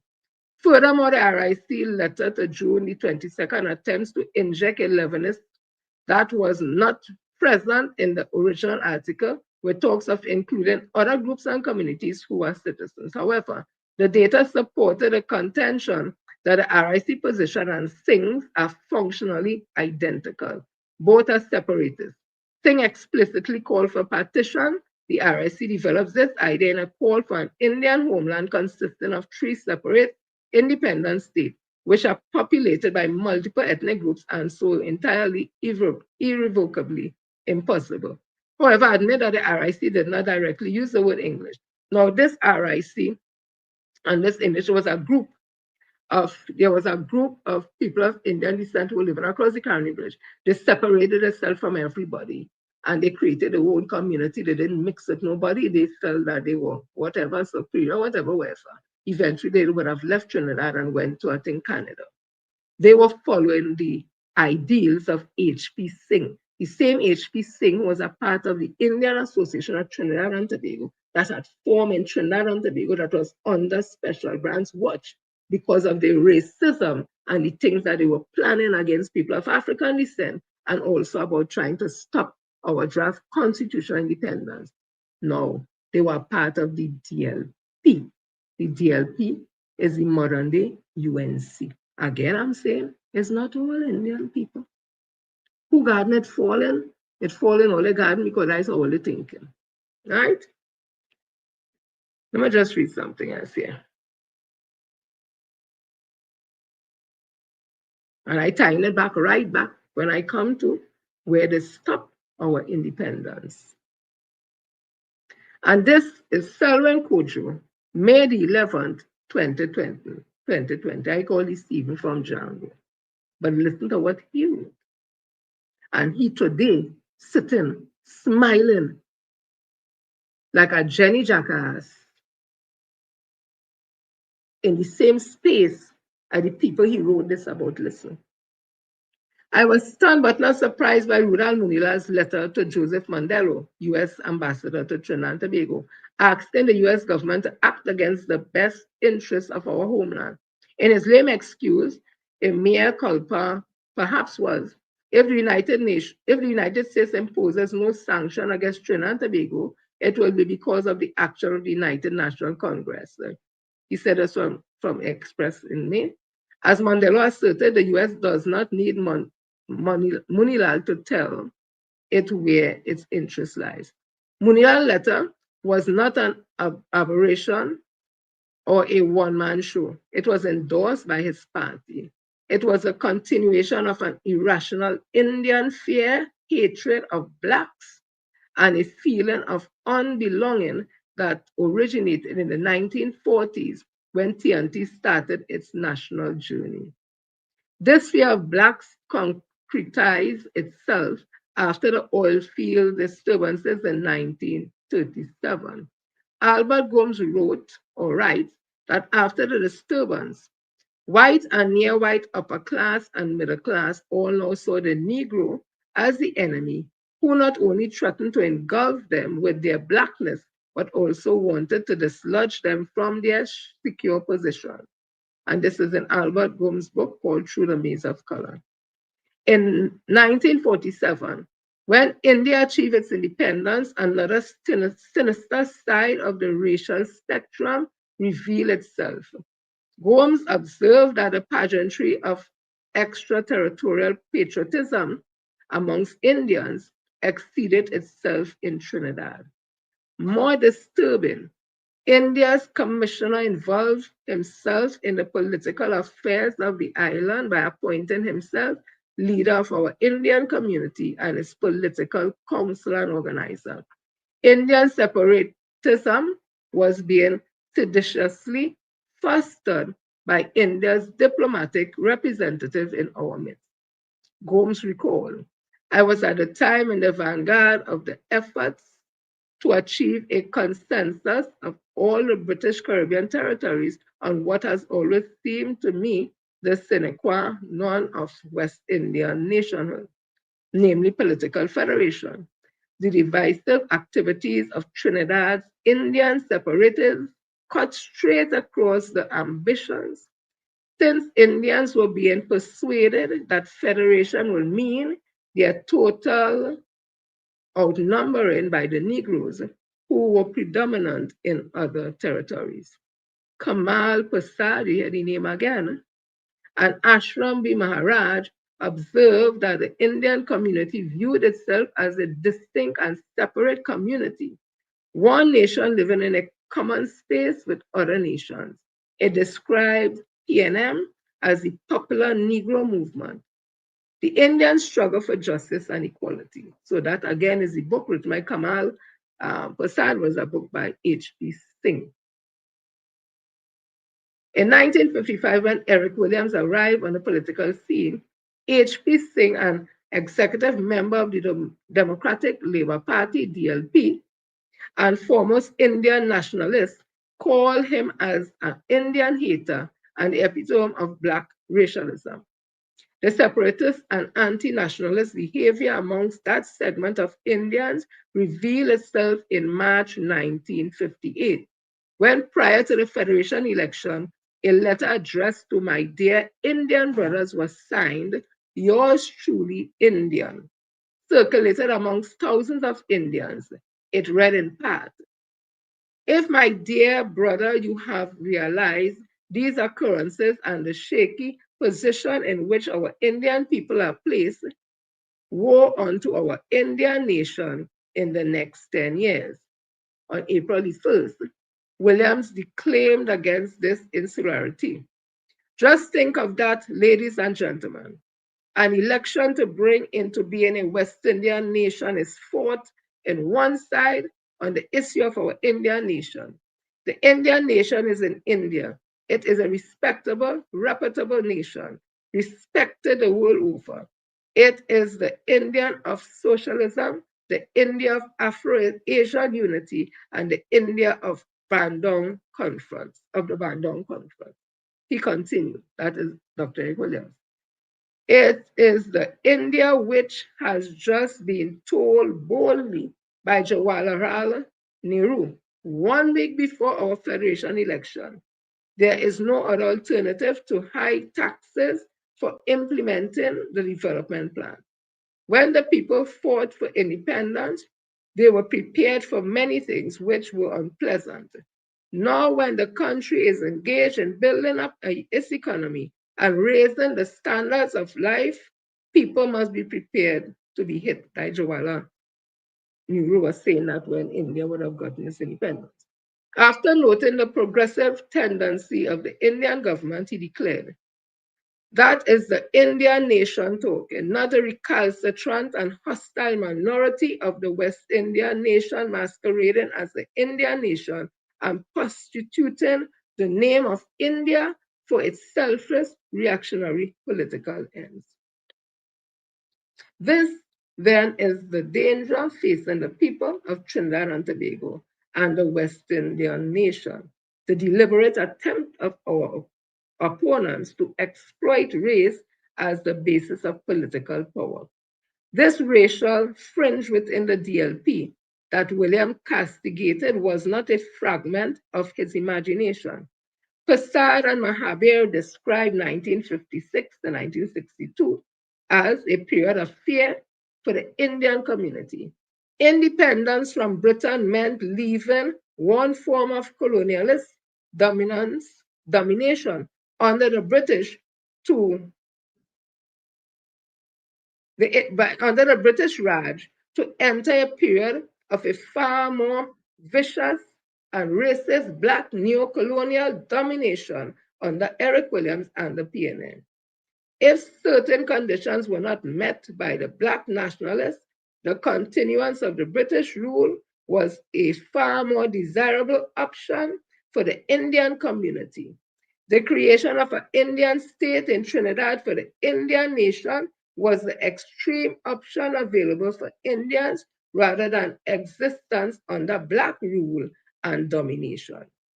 Munilal was tapping into this sentiment when he appealed to the US to intervene in our affairs since the British Raj looked important.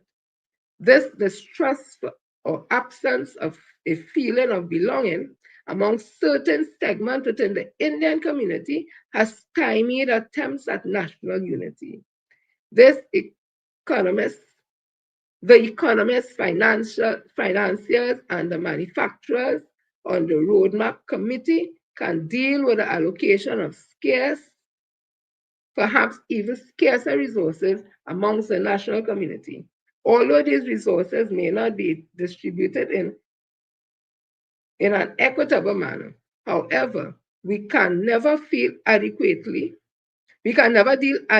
with shared values unless we face these lies at the heart of the nation.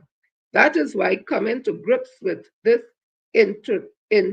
intractable problem is a necessary, perhaps primary prerequisite in dealing with our post-COVID position. So this is what Salman Koji would have written. But the salient points is the fact that there's some Indians in our society never see themselves as being a part of this Trinidad and Tobago. They saw themselves apart. They were willing to separate, willing not to take part in anything. And that was a part of the DLP. Because H.P. Singh was a part of the DLP. And the DLP is modern day UNC. And to me, in my opinion, there are still some who think like that in the UNC. So to me, in my opinion, based on all that I would have read, it seems that stopping our independence, which they never wanted, some of them never wanted in the first place. And the hatred, them always feel somebody have for them, and always feeling as somebody oppressing them. When you look at the history of Trinidad and Tobago, that is not true. because the people of Indian descent has prospered more under People's National Movement Party than a UNC party. The facts are there to show. When Caroni was closed on what was largely a high percentage of people of Indian descent, Caroni wasn't making any money. It was a drain on the economy, just like Petrochin, surviving on government subvention. When it was closed down, the People's National Movement, unlike what the UNC did with 10, 15,000, 10,000, 20,000, mainly African workers, just shut down a whole program and left them floundering all over. And this modern day sellout, calling she mother. The Caroni workers were given the largest retrenchment package in the history of the Commonwealth. To this day, no other group of workers being retrenched have been given packages like that. And just a couple of days ago, 200 leases of land. So some of them live in this space and continue to pretend they are victims and cry victim. And because of that, you back down and don't say nothing, because when they cry victim, you want to show them, oh, I am, no. And they have prospered the most. So I tying everything back to independence. Some in the UNC, still, in my opinion, have the thinking of HP Singh, and others in feeling that they are more superior than people of African descent. In this lie they keep telling about African people hate them.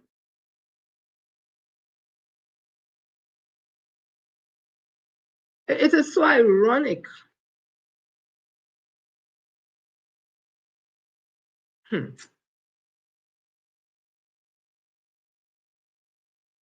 It is sad. You know why it is sad? Our country could be such a loving place. Are there some people of African descent who may not be racist? Of course. It's human beings we're talking about. But is it something that the African community practice in this blatant way? No. But some in the Indian community, it is blatant. Let me show you how blatant this is. They're talking about saving money from the parade and security risk and all that. Then they just had the Prime Minister of India hosted in this country. It was an Indian affair, a Hindu affair. How much money they spent for that? They wasn't worried about security. They wasn't worried about money. It was just like when they said in 1940s when India got its independence, and the Indians in Trinidad, that is the first time they felt a part of, they were celebrating with pageantry. And the Indian commissioner, high commissioner, came to this country unannounced. He didn't come through the government or anything, he just come on you and was going all around the Indian community based on what Albert Combs would have written through a maze of color. How I interpret it, going through the Indian community and preaching in them the separatists, separate from African people, separate and build a whole Indian community, a whole Indian nation. So that is something has been always sprouted in a part of some of them and the thinking. So I go right back against independence. I'm not surprised. Mrs. Pasadi says, and it was so easy to cancel the independence parade. And there comes a lot of Stevens who say it's a good thing, they agree with it because of the noise. We wasn't talking fireworks, they could have stopped the fireworks. But it always have the Negro, the accommodating Negro, who comes out and join with them and say, well, yes, it's a good thing. We happy. The churches are happy for their prayer. They're happy. You think in America, the 4th of July, they could replace it with a day of prayer? All the thing what Trump doing and whatever it is, you think them in having the independence or didn't have the independence, and plenty of all of us go up there to celebrate with them, to go barbecue and this and that. All they always want to celebrate other people thing. And when it comes to we thing, it has no respect. So stop with independence parade. As small as it may be or whatever the case may be, that's our national pride. That is ours. It's our daughters and our sons and our nieces and our nephews and our cousins and our husbands and our wives and our children who will be marching out there. It'll be aliens from space. And the parents and the family just come out to watch them and scream to see the daughter or the son. The cadets and them, the scouts, the Red Cross, the Girl Guides, Civilian Conservation Corps, YTEP. Parents will be so proud to come out to watch them marching and playing the music. We love to see, we just be saying, okay, we got prison band thing, we got, you know, it's police band, and somebody go say, no, it's what you call them, prison officers, and we enjoy that. And then when we reach down the road, the fire truck, big people and all like that, the train, spray the water in the air, and people scream and hug up and thing, but in the red, the black, and the white, it's a sense of pride and nationalism. It gives you that. Or they stop that for their prayer. Prayer without works is dead. I hope all them church leaders, I'm not against prayer. I hope all them church leaders, they find these CPEP workers who lost their job and have nothing to feed the children. Find them and give them hampers, help them buy books. Let the congregation take up money to buy the books. That is what all they should be doing. Don't just pray and happy Friday are prayer. Let all the churches open up. Let all the parishioners come out and let them come out and call the CPEP workers, call the mothers and them who staying like all they want to beg, call the mothers and them who have no money to buy school books, call the mothers and them who have no money to pay the rent, call the mothers and them who have no money to buy food, call the fathers and them who can't supply the family and support the family. Call them. Make sure that the children ready to go to school September. Make sure they could pay the rent. So some of them might not have prostitute themselves because straight as some slack, nasty landlord. When the woman can't pay, they have to pay in kind. And to keep the children shelter, to keep she shelter off the street, she might have to lie down and open she leg.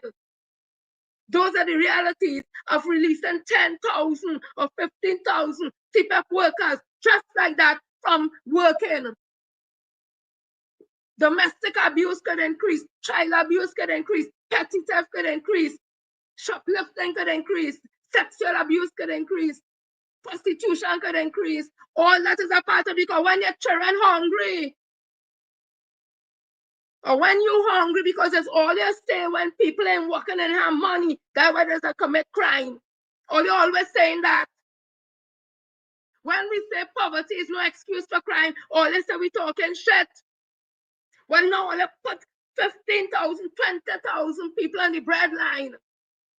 Well, let me see what will happen now. So when the church and them are happy for prayers, I'm happy that the church and want to pray, but help the people too. Prayers without works is dead. Prayers without works is dead. Help these people to transition. Help them, give a hand. They want something to eat. They want to pay the rent. Don't have them like the woman who when she going down to wash what she bag, she top her clothes on she head. And the next one coming up with she basket on she head. And she said, oh God, girl, how you wash all them clothes? The woman said, God help me. And that next woman going down and she sat down on the riverbank whole day waiting for God to help she. Because she didn't understand. The woman said, I was washing it, and God gave me the strength to finish washing the clothes. She just here, God go help she. And she sit down there waiting for God to help she. So it's the same thing with prayers. Come and pray, come and pray. That's good. But what to eat after? What to pay rent after? What to buy books after? What to pay bills with after? Well, they're happy. No parade. Okay. And money saved. Okay. Take that money now and help the people that order fire or get fired. But is it? Because when you watch the parade, it's a large percent of people of African descent. Is it? When I watch the people who get fired from CPL, it's a large percentage of African people. Is it why this is happening to them? Is it punishment? Because back in the day at DLP and HP Singh, there was not adverse to kind of violence and evil against people of African descent. In fact, they wanted nothing to do with African people, as if we do them something. They came here in 1845 and meet us here. We was already here. All they work hard, we did work harder. Because we had us to cut down everything. Or they get abused, we get more abuse. Or they get bad treatment, we get worse treatment. Or they get raped, everybody for we get raped. Or I wasn't getting licks, they passed law to beat we woman and them in Trinidad. Passed law to beat woman in Trinidad, whip we. So they turn wrong now. I hear Kurt Mingo talk about the whip, you fast and out of place. We get the whip and all they use the cutlass and all the first that are white murderers in this country. Or they hang for that. Or they don't like to hear them talk. But let me go back to the talk with independence. So it's not difficult for me to think my son, I'm saying some again, because not all people of Indian descent like that. Just like how it is not all people that did this, and it's human beings at the end of the day. But there are Indian people in this country who think just like H.P. Singh, who think just like Kenneth Lala, who think just like Jai and them, who think just so. Who think just so, and they put it in the children's minds. Some of the children say, I don't want that no more. We want to live with life. We want to love who we want to love. And some families want no part of that right here in Trinidad. Let me see this here.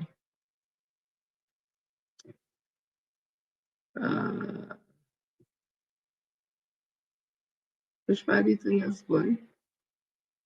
Director, what do you think I seen it now? Director, the video. Today I really had to count on you. I ain't seen the video at all. Hey, give me a minute on you. Give me a minute. Listen to Dr. Eric Williams. The first responsibility that devolves upon you is the protection and promotion of your democracy. Democracy means more, much more, than the right to vote, and one vote for every man and every woman of the prescribed age.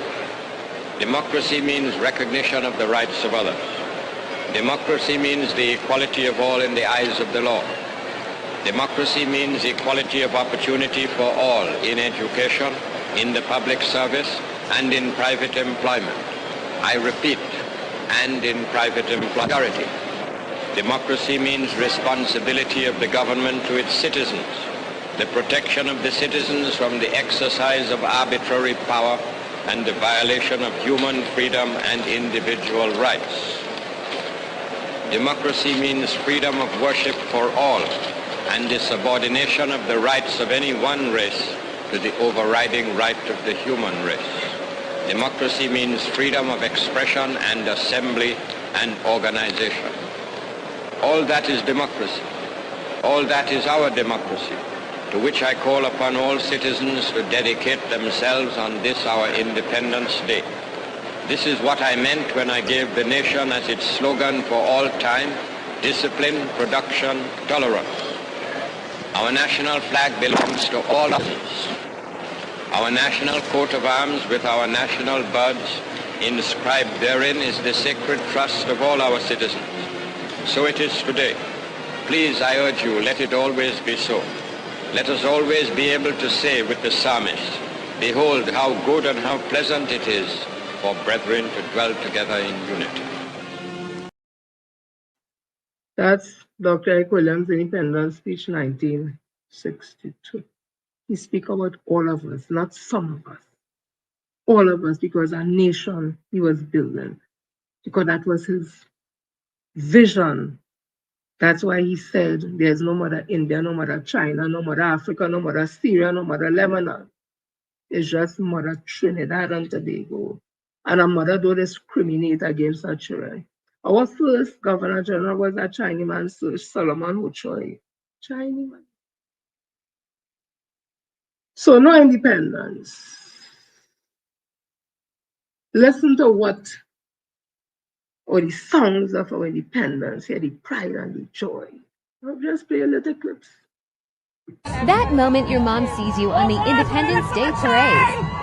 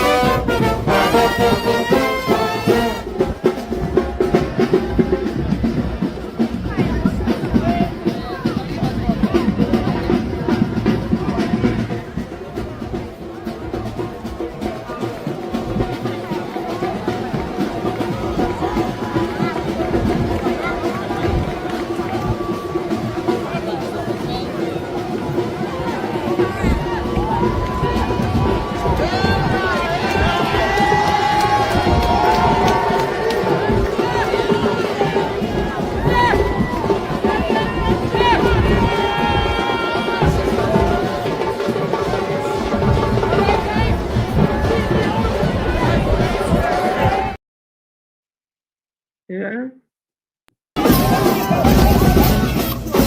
TNT Independence Day parade.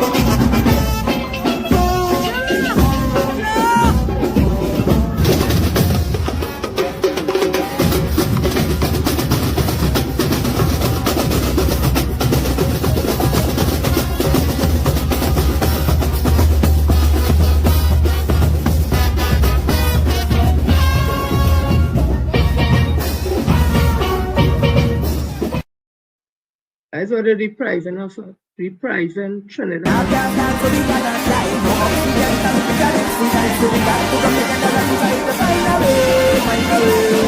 more fight down to me that I unify. Let them keep them on we not taking back. They go come on down when you see them.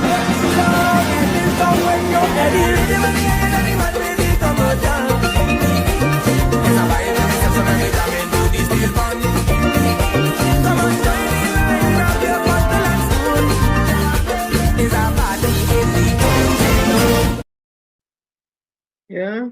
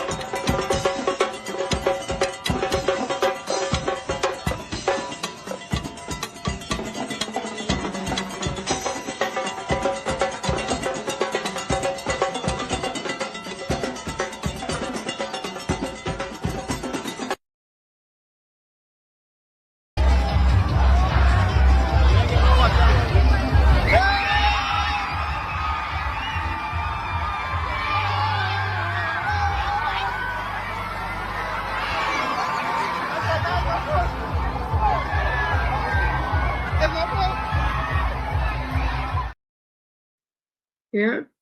See the joy on people's faces. Look at this fit.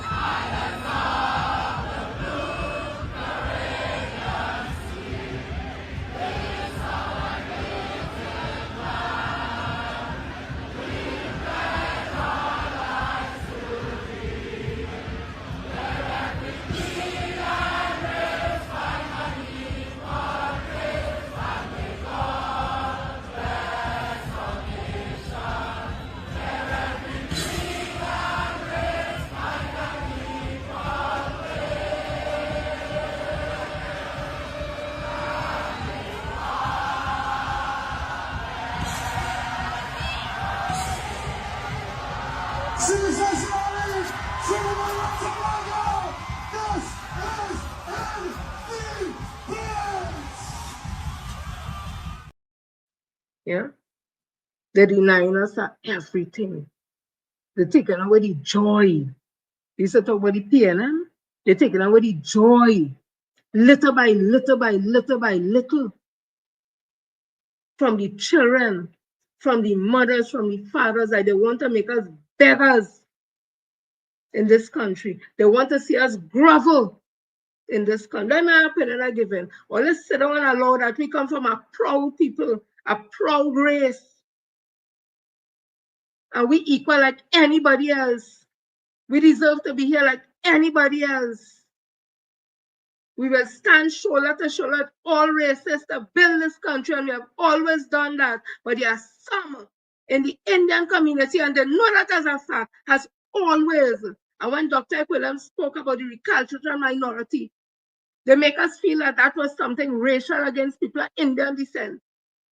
And when you go and look at the word, it means obstinate and stubborn. Anybody could be recalcitrant. And not even that. India's first Prime Minister Nehru is he who talked that against Indian people in India. Because they were fighting against the things that he was doing. It was coined from him. How they didn't find that Nehru was racial. But they make it a big thing in this country. When recalcitrant minority just mean a group of people who are obstinate and stubborn. So it could be a group of Indian people, a group of Chinese, a group of Syrian, a group of mixed group. It could be white people, anybody, because recalcitrant just means stubborn. They don't mean Indian. They make that a whole thing. Come through the ages, they tell the children how Dr. Eric Eustace Williams called them recalcitrant. And that went under the table for years and years. Until a couple of years ago, I said, how this we were recalcitrant. I never see that. As I break it down and as I spelling it, just how I break it down. When I see it, I said, well, what the hell is this? And I start to talk about it. And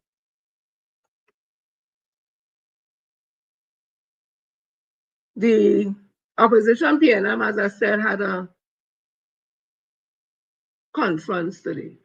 I'd advise them, have a press conference on a Sunday. So that will be the talk Monday, Tuesday. When you have a press conference Monday, UNC go and have quote unquote a Monday night forum Monday night. Everything you say Monday, them take over the network. All you have to be more strategic. You don't have no press on no Monday, do it on a Sunday. And if you're doing for the weekend, do sometime later down the week, so that will be the talk. All they say they will get lost. But I understand that the Cape results, it more improved this year and thing, and they got more children passing, and that had to do a lot with some program that was implemented under the People's National Movement by the Minister of Education, Dr. Nain Gaspi. So she was vindicated today. I was happy that she able to have that to talk about because of the program she would have put in place in the times when we having challenges with the children in school and coming out of COVID-19 and that kind of thing. Things were put in place to help the children to go up to the next level in terms of, I think it's extra studies or lessons or whatever program was put in place. So congratulations there. Again, these things are things that we are seeing progressing now, and it's based off of the People's National Movement and the work that was put in. But then all they go and lose all their head and all their vote for the UNC and being a method. Before I just want to read this because this will go under the radar with all the things what happening. This was 22 hours ago in the Guardian. Young lies Stuart Young. SC. Young wants answers on Beetham wastewater plant litigation. Opposition MP Stuart Young has called on the government and the current board of National Gas of the National Gas Company of Trinidad and Tobago, NGC, to say whether NGC was successful in the litigation against Super Industrial Services, SIS, related to the Beetham wastewater plant. Young did so in a post on his Facebook page.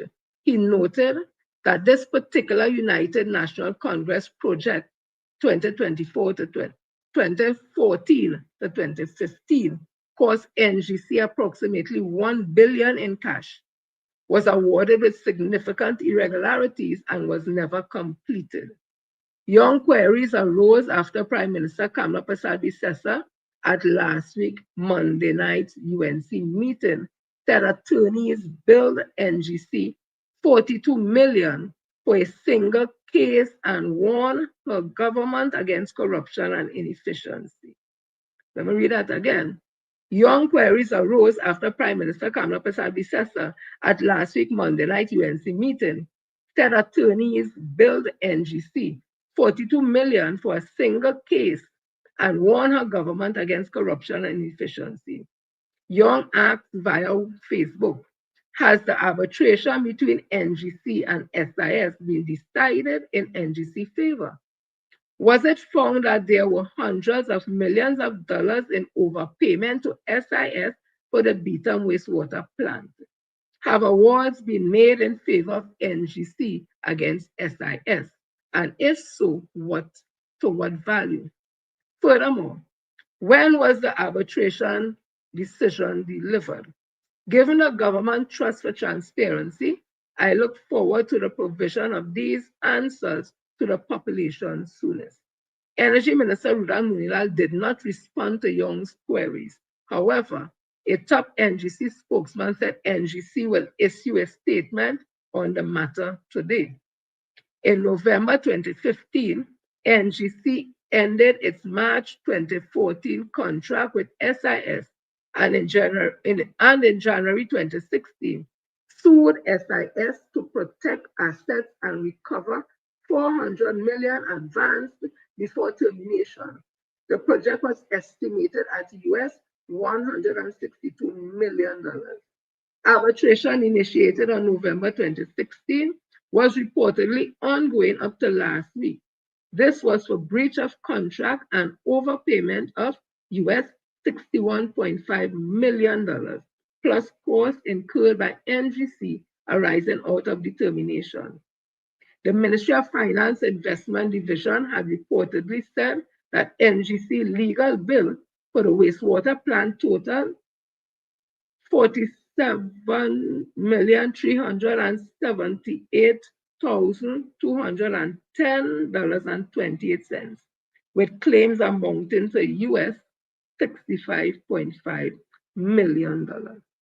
Now, if MP Young did not bring out this in the papers, we would have none be the wiser.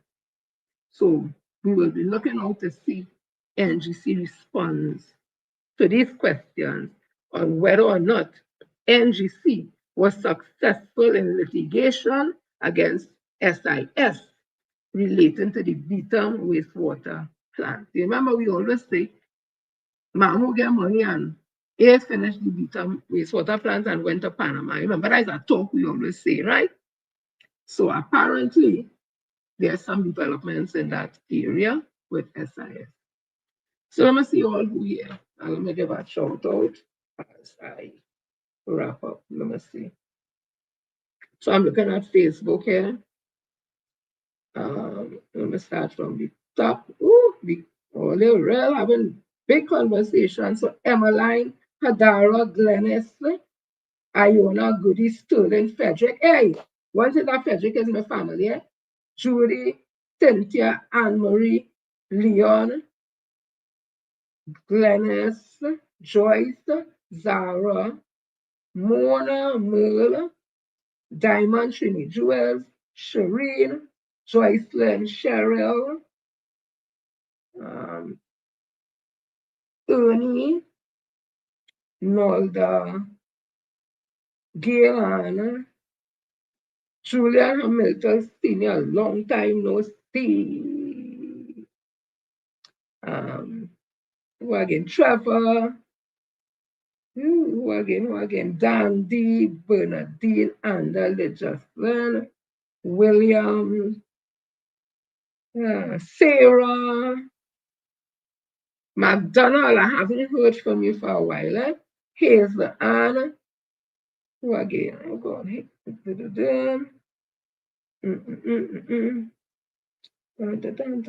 me see who again. I called Rosalind already. Karen, Marilyn. And let me see who across here on Bouncer. Let me go from the top, tippy top, tippy top. Oh gosh, she's dancing, going back down again. Hey, give me a minute. So Mr. Gibson, Sedina, Anna 001, Jones 21 MH, Miriam, who again? Hey.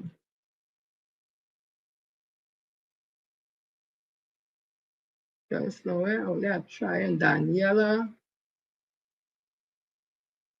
David, Helen. Let me see who again. I just want to tell everybody, Brenda. See, somebody said Donna Nayabo. Somebody said Nayabo, where you? I just want to tell everybody.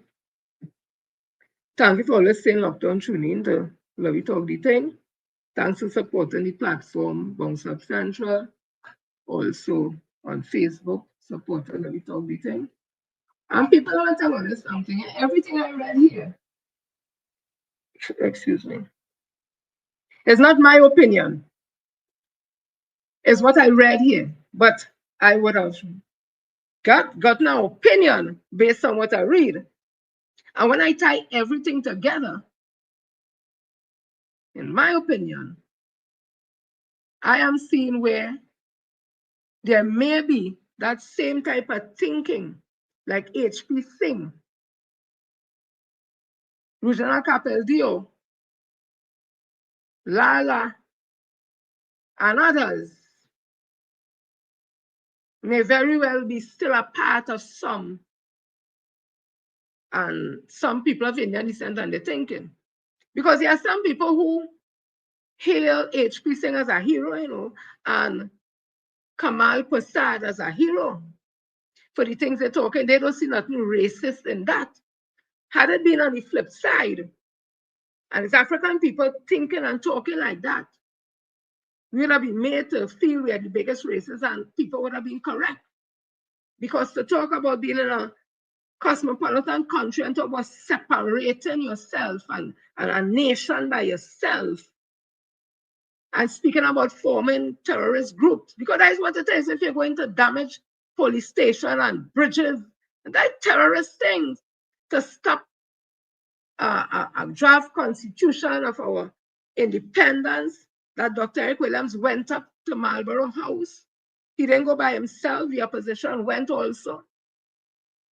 And their motive, thank God for this gentleman here. That's what I tell you, it's not everybody. This gentleman took a level head and level approach to it. Let me get his name. So that's why I say again, it's not everybody. Let me find it here, right. Let me get his name. He was very, very instrumental in keeping Rural Capeldio on a footing that everything in really break down into real chaos. The man name was Tajmul Hossain QC. Right?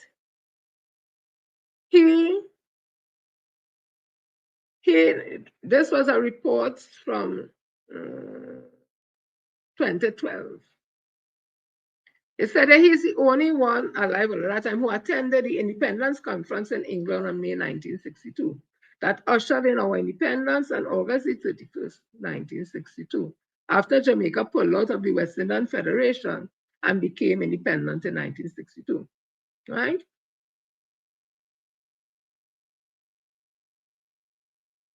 The first step leading to independence was a meeting at Marlborough House, London, where an independent conference was held.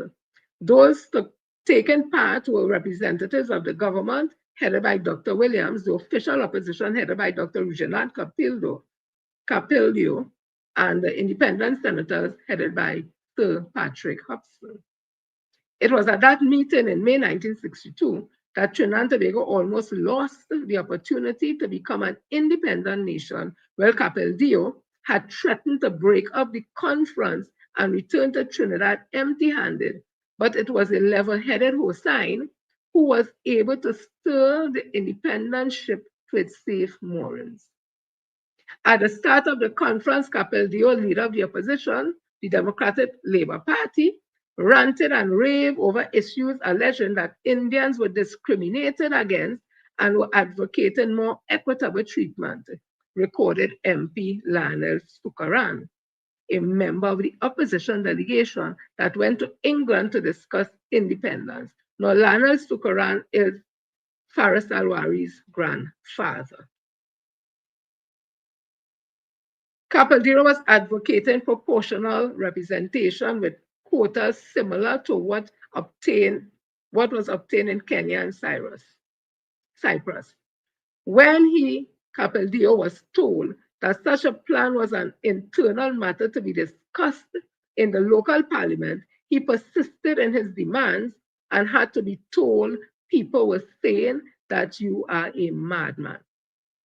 So adamant was Capildio on certain issues that he was told by other members of the DLP delegation, if you insist in going on in this vein, we will have to alternate. We'll have no alternative but to fly home the next day. Such was the prelude to the start of the Independence Conference, which began on May 20th, 1962 at Marlborough House, London. Sukaran said members of the opposition labored under severe disadvantages during the conference. Our greatest problem was our own leader, Reginald Capildio, who was incapacitated from an accident and was walking with the aid of crutches, spending a great deal of time in his suite at Piccadilly Hotel, where he was nursed by Stephen Maharaj, a member of the DLP delegation, he stated. Sukaran, now deceased, recalled, during the pre-conference meetings, Capildio was always moody and short-tempered, denying consultations and refusing to advise or be advised. Sukaran said at the conference table, Capildio assumed an air of gloom designed to discourage any attempts at engaging him in conversation. He sat with eyes closed and hands clasped. Eventually, it was Chajmul Hossain of the DLP who assumed the role of peacemaker and counselor and who brought about a rational understanding of what independence meant. Right? In a recent interview with the Express, Hossain said, I did what was necessary to ensure that the conference was successful and that the people of Trinidad and Tobago would be the beneficiary of what arrangement we were about to embark upon. Against such a background, Hossain said, we sat from day to day examining every detail, every provision, and every loophole in the Constitution. Sukaran recalled, the conference convened each day intent on carrying out its mandate. The Secretary of State of the Colonies, Reginald Mandlin, was with his team of lawyers and advisors, the government of Trinidad and Tobago under the capable leadership of Ellis Clark, and the opposition with Tajmul Hossain QC, outdoing himself in his astuteness. I was proud of Hossain, a man of few words, but one of the greatest constitutional lawyers in the hemisphere. The British lawyers were astounded by his perspicacity and articulation. Hossain told the Express that he had studied constitutional law after he graduated from London's Inn and was this that helped him to play such a meaningful role in the conference. Before the opening of the formal conference, the opposition team appeared nervous. Members were not sure what stand Capaldeo will take. Sukaran recalled in his memoirs, in order to ensure that the opening speech of Capaldeo will reflect the wishes of the people of Trinidad and Tobago, Hossein and Peter Francois, another DLP delegate, went the whole night preparing the speech for Capaldeo. It was not given to him beforehand. As we assembled, we handed him the typed manuscript. Frowning, he read it through, and at the end, he was greeted with thunderous applause from those at the meeting. Sukaran said the government delegation had no objection to stipulation brought forward by the opposition. William showed himself appreciative of the positive contribution of the opposition by consulting the leader of the opposition in meaningful ways in the spirit of the constitution we had forged. He said at the end of the conference, Williams granted Capaldeo 2 months' leave with full pay and promised to keep him abreast on what took place in his absence. The road to independence in 1960 marked 3 historic events: constitutional change for Trinidad and Tobago, the affairs of the Federation government, and the Chagaramas issue. So that again is some history there, which all would have tied into the things I read before. And Capaldeo brother, he had another brother who was a part, I think, also of this Indian Association of Trinidad and Tobago, and he was here. So as I say again, you heard what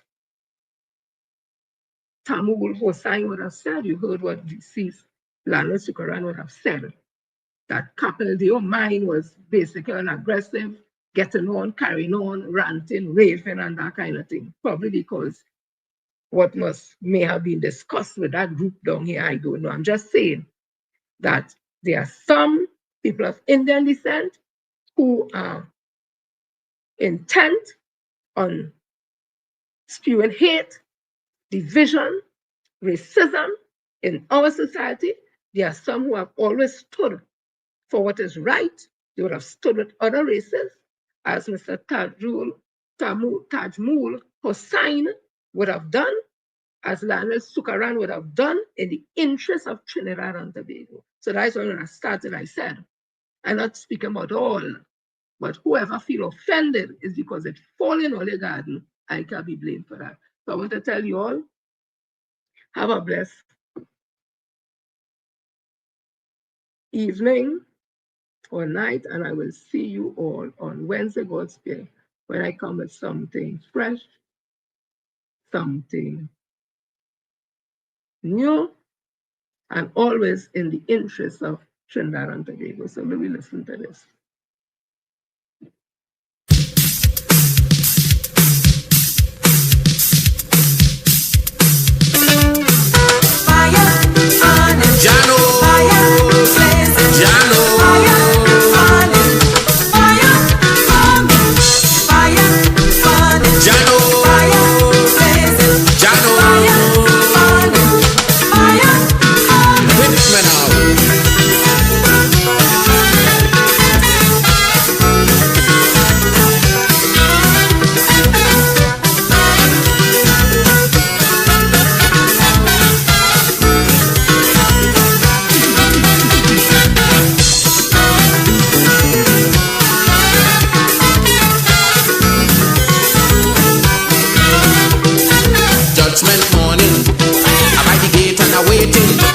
Because I'm begging the master, give me a walk with Peter.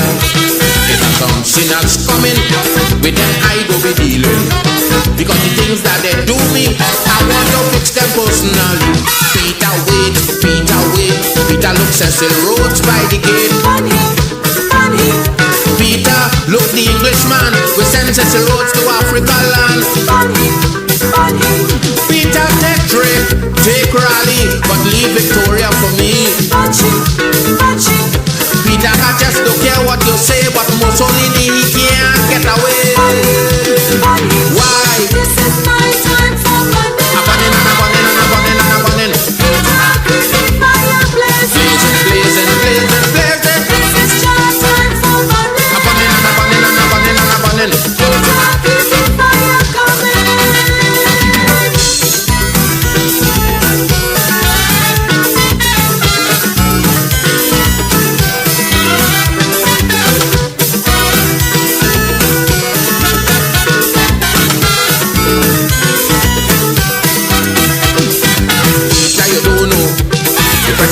undergo from these madman and woman.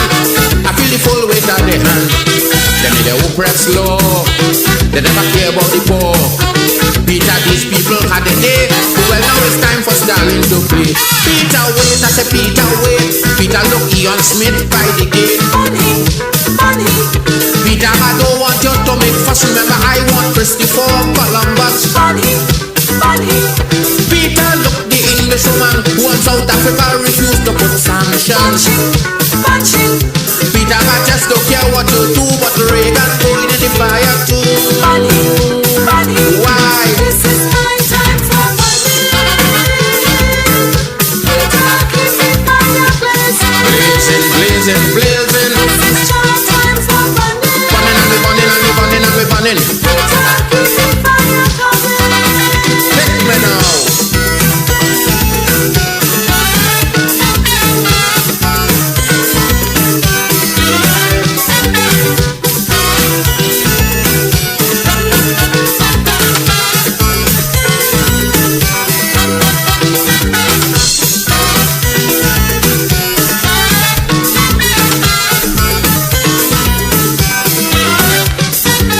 Don't grudge me, your hand done full already. You don't deal with the Führer. Go ahead and take Foster. But that woman Mary, remember that's my baby. So much confusion that she make. You got to give Black Stalin a break. Peter, wait, I say Peter, wait. Peter, look, boat are reached by the gate. Money, money. Reporter, I don't want you to waste time. Remember we still have Morgan behind. Money, money. Peter, look, the Englishwoman who sent foreign troops in Africa land. Punching, punching. Peter, I just don't care what you say. The Ku Klux Klan man can't get away. Why? This is my time for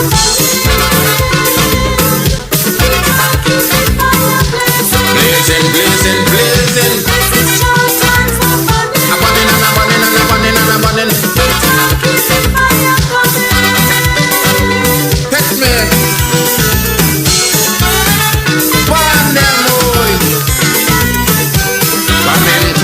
Coming. We're burning and we're burning and we're burning and we're burning. Oh,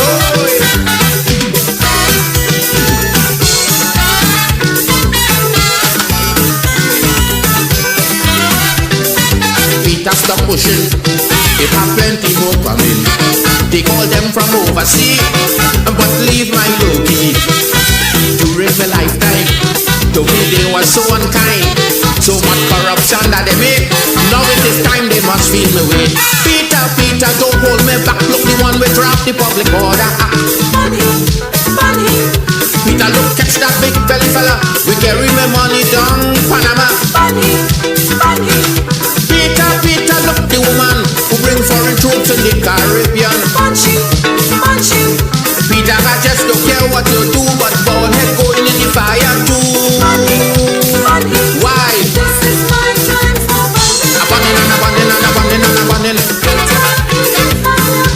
Blazing, blazing, blazing. This is your time for money. We're burning and we're burning and we're burning and we're burning.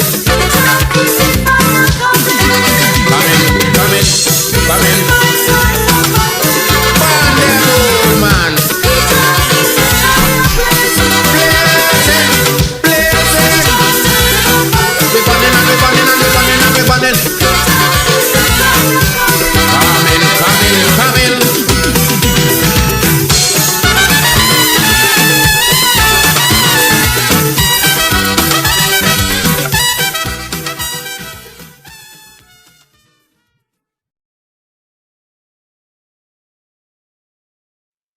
Love you guys. See you all on Wednesday. Be safe.